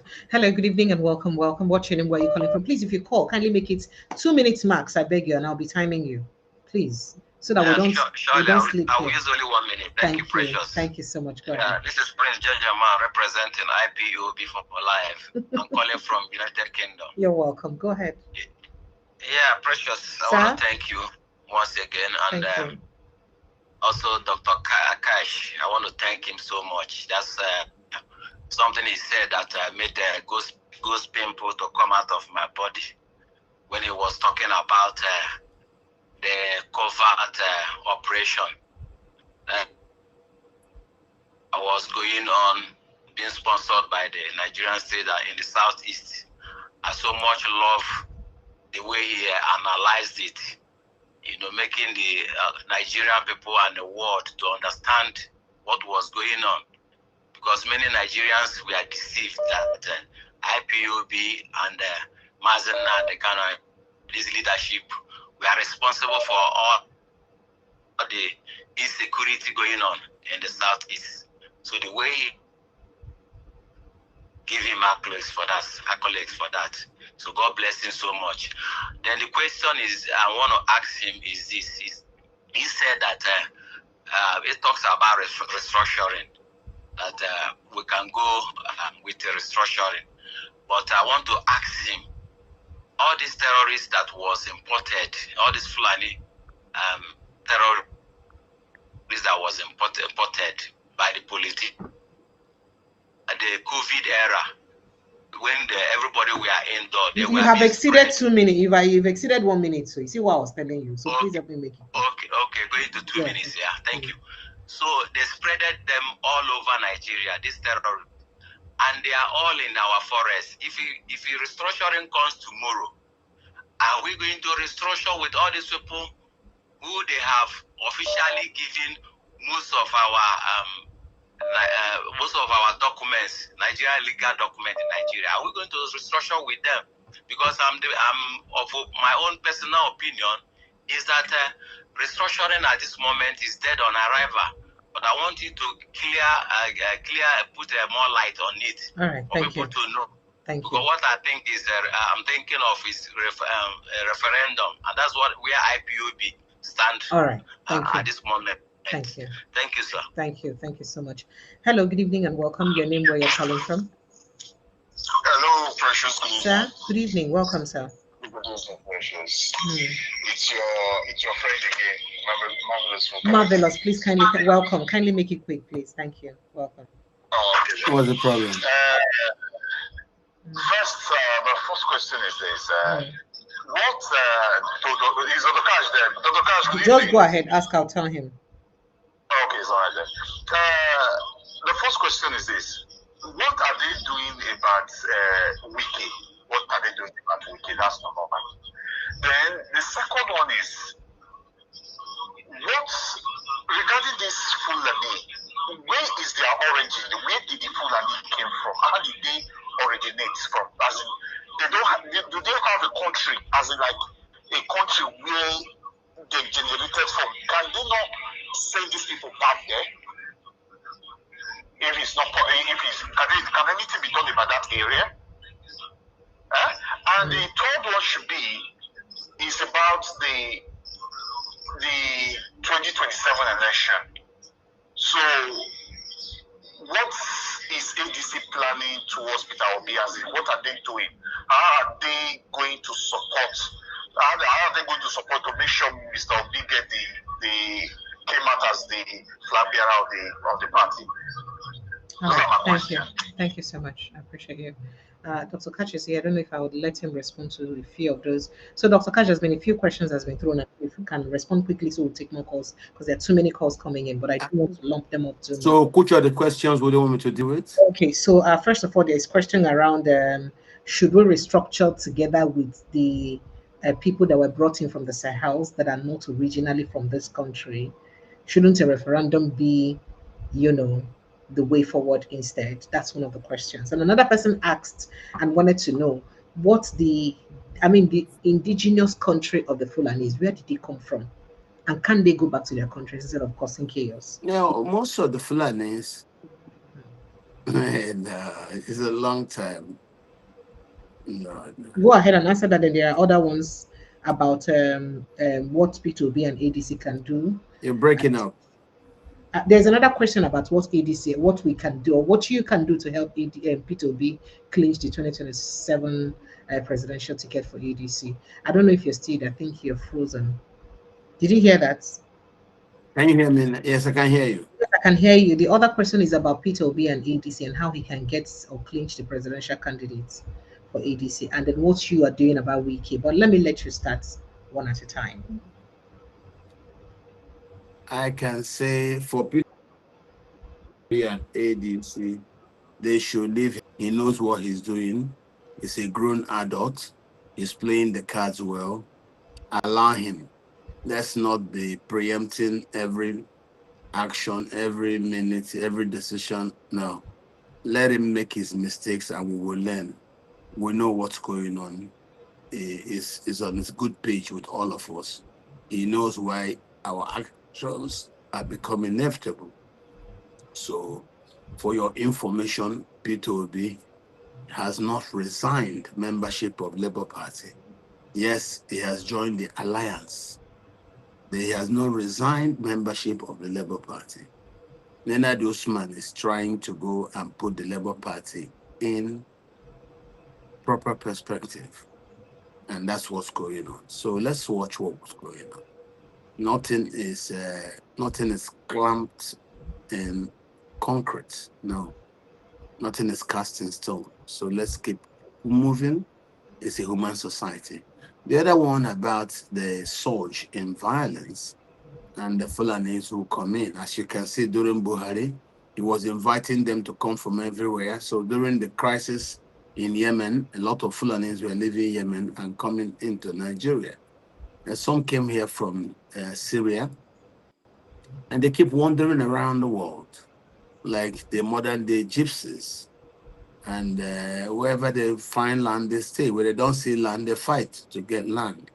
As you can see, it's happening right now across the Sahel. So you can take your pick from there. We are not driving anybody away from Nigeria. We only seek for those members of the international community who can peacefully coexist with us on the continent. That's network issue again. Well, that network issue again. Okay, so phone lines are open. Let's see if I can bring someone else to the house quickly to ask this question whilst his network is reconnected. When they will not accommodate us Okay. unless. All right, sir. So can you hear me I now? can hear you Okay. now. Mm. Good. The issue about having people who come to Nigeria or to Sahel, to West Africa, and are not able to coexist peacefully with us Africans, that's where we are not happy. Those who come and are able to coexist with us peacefully, of course, we accommodate them. Of course, those ones we take them. But these ones who are coming purposely just to create settler colonialism, colonize us, take over our land by force, refuse to live as equals with us, insist on being masters over us because they have no regards for us, probably due to stories they are told about Africans. Those are the ones that we should do everything possible to make sure we don't allow them to live within our communities, since they do not know any way to maintain peace with us Africans here on the continent. And that's what I'll continue to say. If it's anybody who can coexist with us peacefully, yes, those such persons can be allowed to come and live with us, naturalize with us, and become a Nigerian. But for those who are not willing to come live with us peacefully, those who are coming just to kill Nigerians and take their land, as we're seeing now across the country, those people are not welcome and they should not be allowed to stay. Once they've tried to kill Nigerians to take over their land and they are caught, they should never be allowed to stay in Nigeria at all once they have been caught as criminals who engage in jihad and then committed genocidal ethnic cleansings in order to take Nigerian land. Those people, I do not welcome them, and I encourage Nigerians to condemn and also deny such persons any cohabitation with Nigerians anywhere across the country. All right, sir. Okay. But there is also some talks about remember the young man. I mean, amidst this 177 people kidnapped, that we don't know how we'll see them yet, because earlier today we heard that they said the villagers said they sighted them, moving them to other, still from the forest and deeper into the forest. And people are saying that had the police acted swiftly, perhaps they would have been able to get them ahead instead of leaving in there. However, remember that in the same southern Kaduna, a young man is presently sentenced to death for defending his people against the same militias that have now attacked his people again. And that case is almost, we pray that the same way that Sunday Jackson got justice, he will be able to get justice. So things like that keep happening. But let me quickly go back on that. Sorry, Henry, we'll have you on the line. Henry, good evening and welcome. Good evening, Precious. You're Good welcome. evening, everyone. You're welcome. I just want to thank you for your in the your strength, the love and what the effort you have been putting in, to dish out, all the information so that people can know what is really going on, or people who doesn't understand will understand. And I want to thank Dr. Cash for coming out to give us the exposition, about Nigeria, because I think the problem where a lot of us are having, some people doesn't even have the history of Nigeria. I think they take out the history from the country. So how would the people even know what is really going on? So I just want to thank you, because it's not easy, to be coming out, every evening to Thank you. do Thank this you so much. exposition. Thank you so much. So my own thing still lies. Why is it that ever since I keep hearing about Nigeria, why is it that they don't want to allow the northern people or other tribe doesn't want like Igbo man to rule? So why don't we just go away, leave them, let them take their own, let them be ruling themselves, then let Igbo people have their own nation? That's my question. Why is it that Igbo people, even the elite, will be seeing all these things? They will say, okay, let's pack, because at least Igbo, we are up to like 40 million or 50 million. Then we will leave them. Let them do their own thing. Let Igbo do their own thing. All right. Thank you. That's my question. Yeah. Thank you. Dr. Catch will respond as soon as he comes back. Hello, good evening. Good evening. Yes. Hi, good evening. Yes, you're welcome. What's your name, sir? Good evening. Yes, this is Flo from Pennsylvania. You're welcome. Yes. First of all, I want to thank you, and also want to appreciate you for the Edo Queen, right? You're from Edo, right? I'm from Rivers. You should stop this thanking. You're making me. You want to make Okay. me. I saw your picture. I saw one of your picture like that. And you dressed in Edo. Where did you go and see a picture I dressed on? Where did you? Where were you looking? Where did you go to? What were you looking for that place you went to see those pictures? What were you looking for? Never mind. That's not an Edo dressing. It's Rivers dressing. Oh, okay. Thank you. Okay. You're welcome. Go ahead. I just want to say I don't have much to say. I'm just going to spend a minute or less. Go ahead.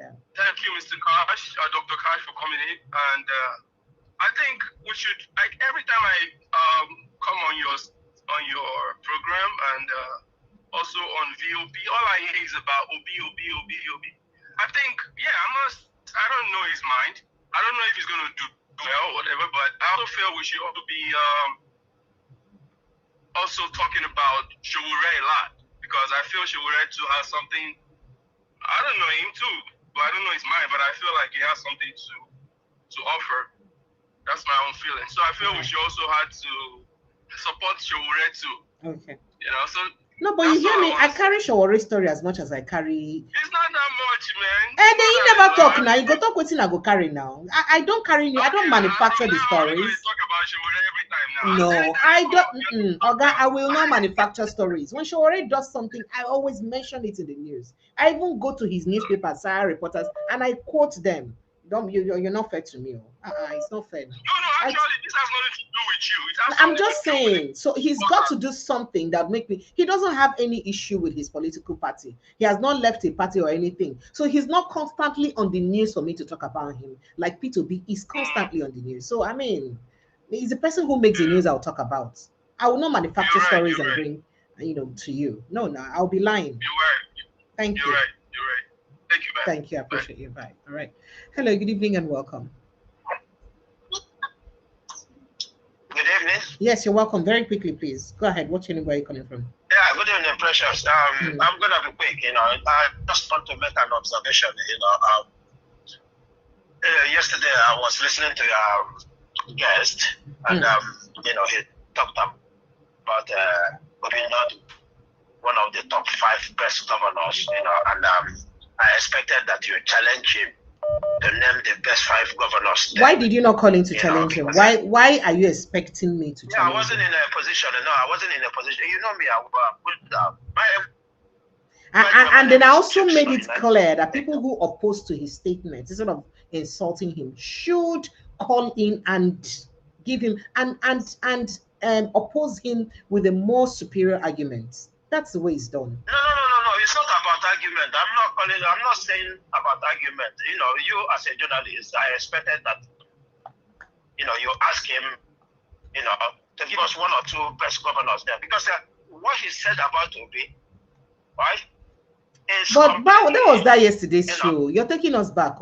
We're dealing on what's happened today. But just go ahead. So you don't think I want That's why I said to you, I just want to and that's what I said. I'm not saying I'm coming here to contribute for today. I'm just listening for today. But I had that. I didn't have a opportunity to call because where I was, listening. Thank you. Anytime I make this observation, because it's not good. Next time he says it's no wahala, I will ask and say make you name those. Yeah, it's just marketing somebody for the marketing sake. If he says, because I've watched where they give Obi awards. So if he says he didn't do that, he can elaborate on that so that we know. We are looking for the best candidate. We're not saying Obi must be. We are looking for the best candidate. So if he had mentioned 1 or 2, maybe people will start thinking of those people, asking where are those people now? Thank you. That's my observation. Thank you so much. So we don't dwell on this for too much. Hello, good evening and welcome. Please make it quick so that I let Dr. Catch respond to all of you at once and go to bed. Let's not keep him here for too long. It's already 2 hours. Good evening and welcome, sir. So good evening. Sir? Good evening. Yes, good evening, sir. Welcome. Good evening to you. I am Mark calling from Sheffield, United Kingdom. All right, you're welcome, sir. Go ahead. Not been able to call you this year, but I've been following you, joining your program. Thank you. You're welcome. Go so ahead. I want to respond to one of the last calls. The last callers was mentioning about Obi, was talking about you mentioned. I want to let him know that you are not only the one mentioning Obi. Oshomole Adams was interviewed on this new tax reform of Tinubu. He was instead of facing the question that you need to explain and defend, keep on mentioning Obi, and I wonder what Obi was doing. All right, thank you, sir. What concerning tax? He mentioned Obi on so many occasions. During the Shane interview, I watched that. So Obi has been a figure. But what I want to say is that Nigerians have seen a way forward. And the way forward is by giving Obi ticket. But Atiku doesn't want to drop his ambition. He doesn't have Nigeria at heart. So the terrorists are not even the problem in the country. The kidnappers are not the problem of the country. It's not even the Tinubu. It's Atiku who have seen a way forward, a way of deliverance. I was trying to impose himself on people by dollars, $1 million sharing during the primary to capture the primary, which will now destroy the AC at the top opposition. So the one is refusing. So we all should point at it as the greatest enemy and the worst enemy of the Nigeria, not the terrorists or even the APC government or the kidnappers or those who are corrupt. Because the sanitation will come to Peter Obi, who is not corrupt. But I think it's seriously threatening it. That's all what I want to say. All right. Thank you. Thank you so much. T.Y. Danjuma, I see you in the back at the backyard. T.Y. Danjuma, coming. Danjuma, your friend. T.Y. Danjuma is the long. Thank you. You're welcome. Thank you. Thank you so much. Good evening, doctor. Good evening, doctor. How are you? Thank you. Good evening, my dear. It's good to have you. Don't make it chop dinner with us. You know, good though. I did not call us to come chop dinner. Make I talk to this person briefly. Good evening and welcome. Sir? So, please, there's this video clip I was watching last time. Yes. Yeah, this Northern Ariwa, one of the Ariwa leaders, was bragging, saying that if Nigeria is being divided today, the Northerners are going to prosper than in the other region. That they have everything in the river. Yeah, the lake basin, they have oil, they have natural resources, gold, and everything. Now we now ask, why did these people don't want to, when you bring up, you want to divide Nigeria, they will say no. So I now come to observe, the thing is that most of these northern elites, they are very wicked, malicious, and greedy. No insult person, just talk your talk. No, they want to keep those mineral resources in the northern region for their private use. So the ones in the southern regions, they want to use for the public use. This is what they don't want to divide. If anytime you talk of dividing Nigeria, they will say no. All right. Thank you. That's my observation. Thank you. From what is happening in Nigeria. Thank you so much. I appreciate you. All right. T.Y. Danjuma, let's let you talk so that greetings again, doctor, and greetings, Precious. I have two questions for Doctor. Quick one. We have a regular caller in here who always talks about electoral reforms as the panacea to solving Nigeria's problem. I want doctor to react to it. Do you think that Edwin Sengo coming calling now? He never calling today. Yeah, I want the issue settled. Doctor, do you think that if we have electoral reforms, whatever it is that we are reforming, assuming it's possible, is it going to give us free and fair election come 2027? That's one question. Second question, I want you to look at the INEC and court declaration with reference to the rejection of Aburi as the LP chairman. Don't you think that this is a veiled attempt to decimate the opposition? Thank you. So, Dr. Catch, oh dear, sincere apologies. Okay, so I wanted to tell him that while he's responding to that, he should remember that today, even Atiku Abubakar talked about the same electoral reforms. In fact, today Atiku said that the fact that they don't want to, the Senate, in fact, he posted Akpabio's picture in together with the comments and said the fact that Akpabio does not want to talk about electoral reform, that it means that they've started rigging the 2023 election, the 2027 election already.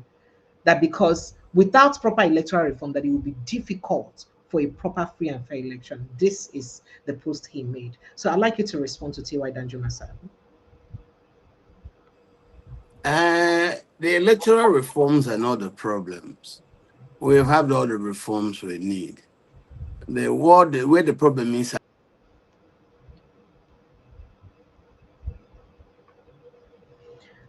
This network. Let's see why I beg bear with us. So our village people, like I said already. I don't know who go telling Doki people say I don't come on air today. All right. So Dr. Catch, I don't know if you're still there. Maybe I just take a call while I wait for you. Hello, good evening and welcome. Hello. Hello. Hello. Yes. Good evening. Welcome. What's your name? Where are you calling from? Yeah. Good evening, Mr. Precious. Thank you very much for your smiles, for your regular smiles. My name is Dr. Deployer, calling from United Kingdom. Thank you. You're welcome. Thank you for your smiles, even at this period that Nigeria is in this quagmire. You're always smiling. God bless you. Thank you, sir. Dr. Kachi, thank you very much for not allowing this candle to fade away. Your speech and your level of education carrying Nigerians along is very, very good, because Nigerians are not good in keeping history.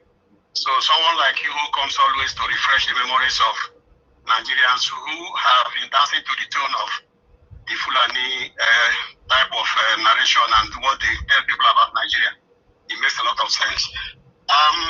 Yeah, I just wanted to remind Nigerians that this is your moment. This is your moment to be on internet. If you don't have X account, go and open X account. Presidents all over the world have X handles. Open X account, but run away from fake videos. Make sure videos you send from back home on atrocities happening in our country should be real.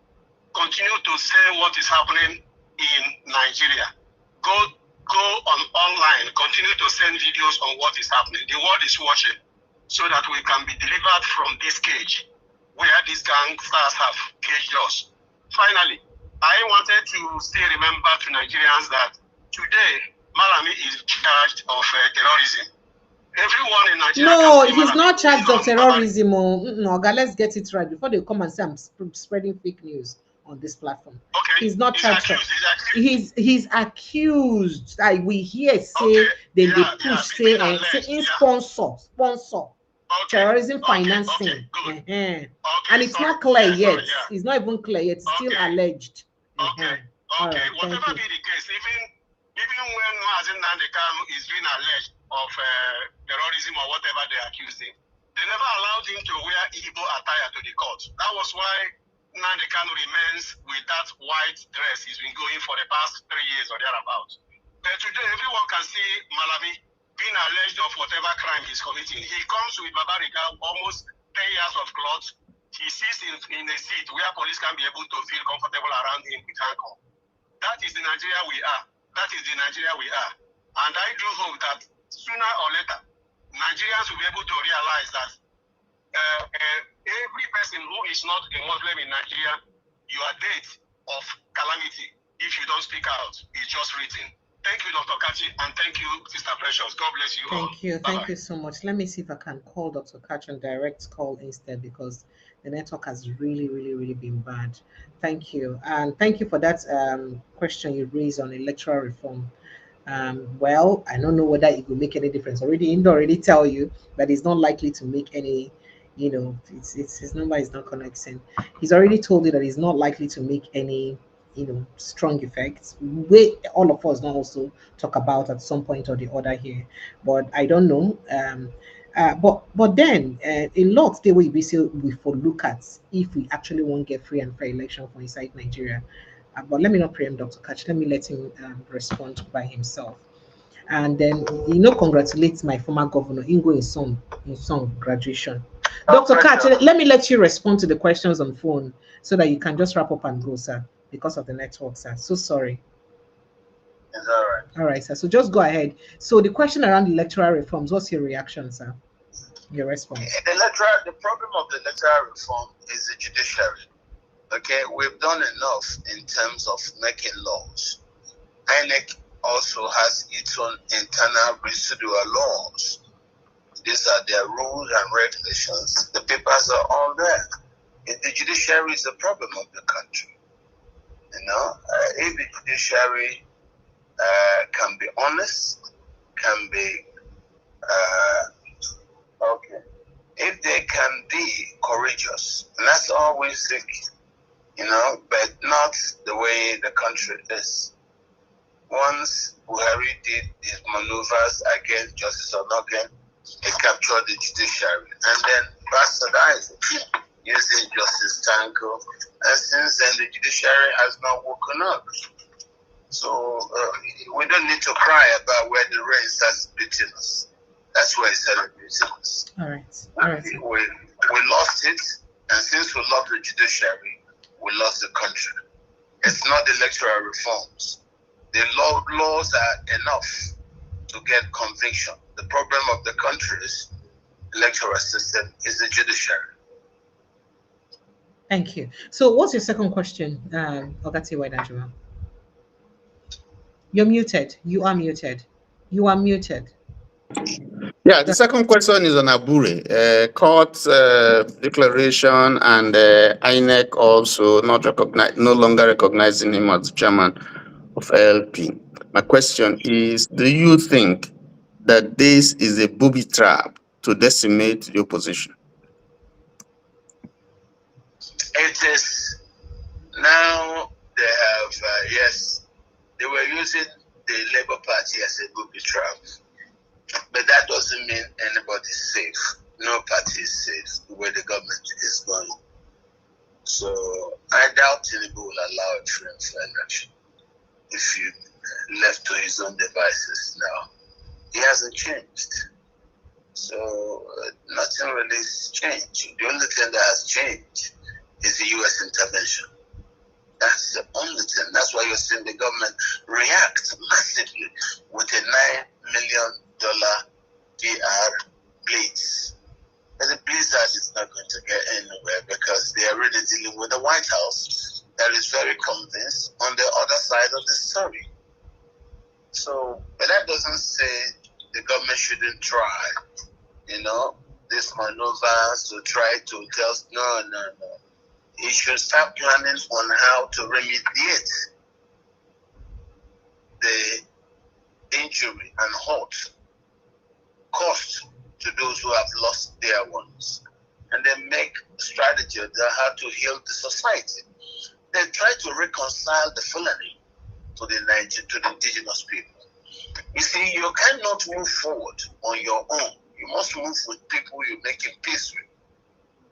The earlier question you drew about Baba Ahmed telling Atiku to step down. He knows that the Fulani needs to step down for the rest of the country. Let them go back. Take a step back and allow indigenous people inclusion.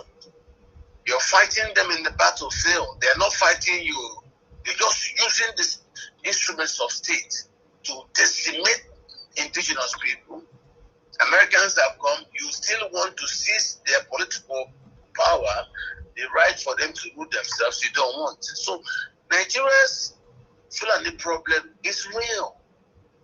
It's been there since the British left them still in charge of the House of States. They've used that to grow their caliphate system, which is purely built to install secular colonialism. Now that is where this crisis has come from. And I believe we will now start the period of trying to, as I said, reconcile ourselves to the Fulani and tell ourselves some truths. Now that we know they are the ones who kill us in numbers. Our country is responsible for more than 75% of Christian deaths in the world. month in, month out.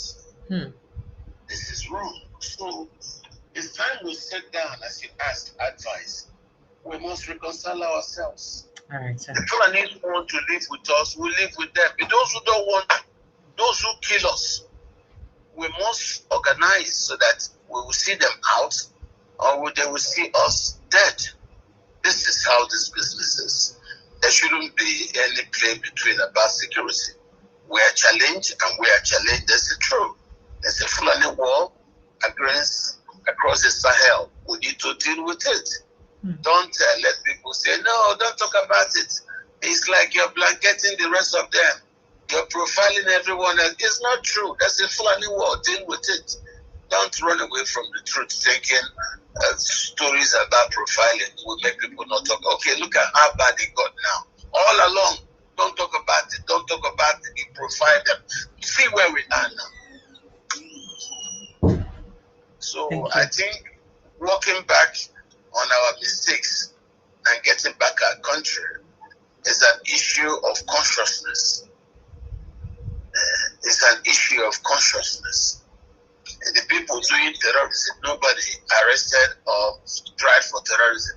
The place where there's no terrorism in the south, that's where they're arresting people for terrorism. Doesn't that tell you something is wrong? The state is captured by hooligans and vagrants who are doing anything, anyhow, no law drives what they do. And this is wrong.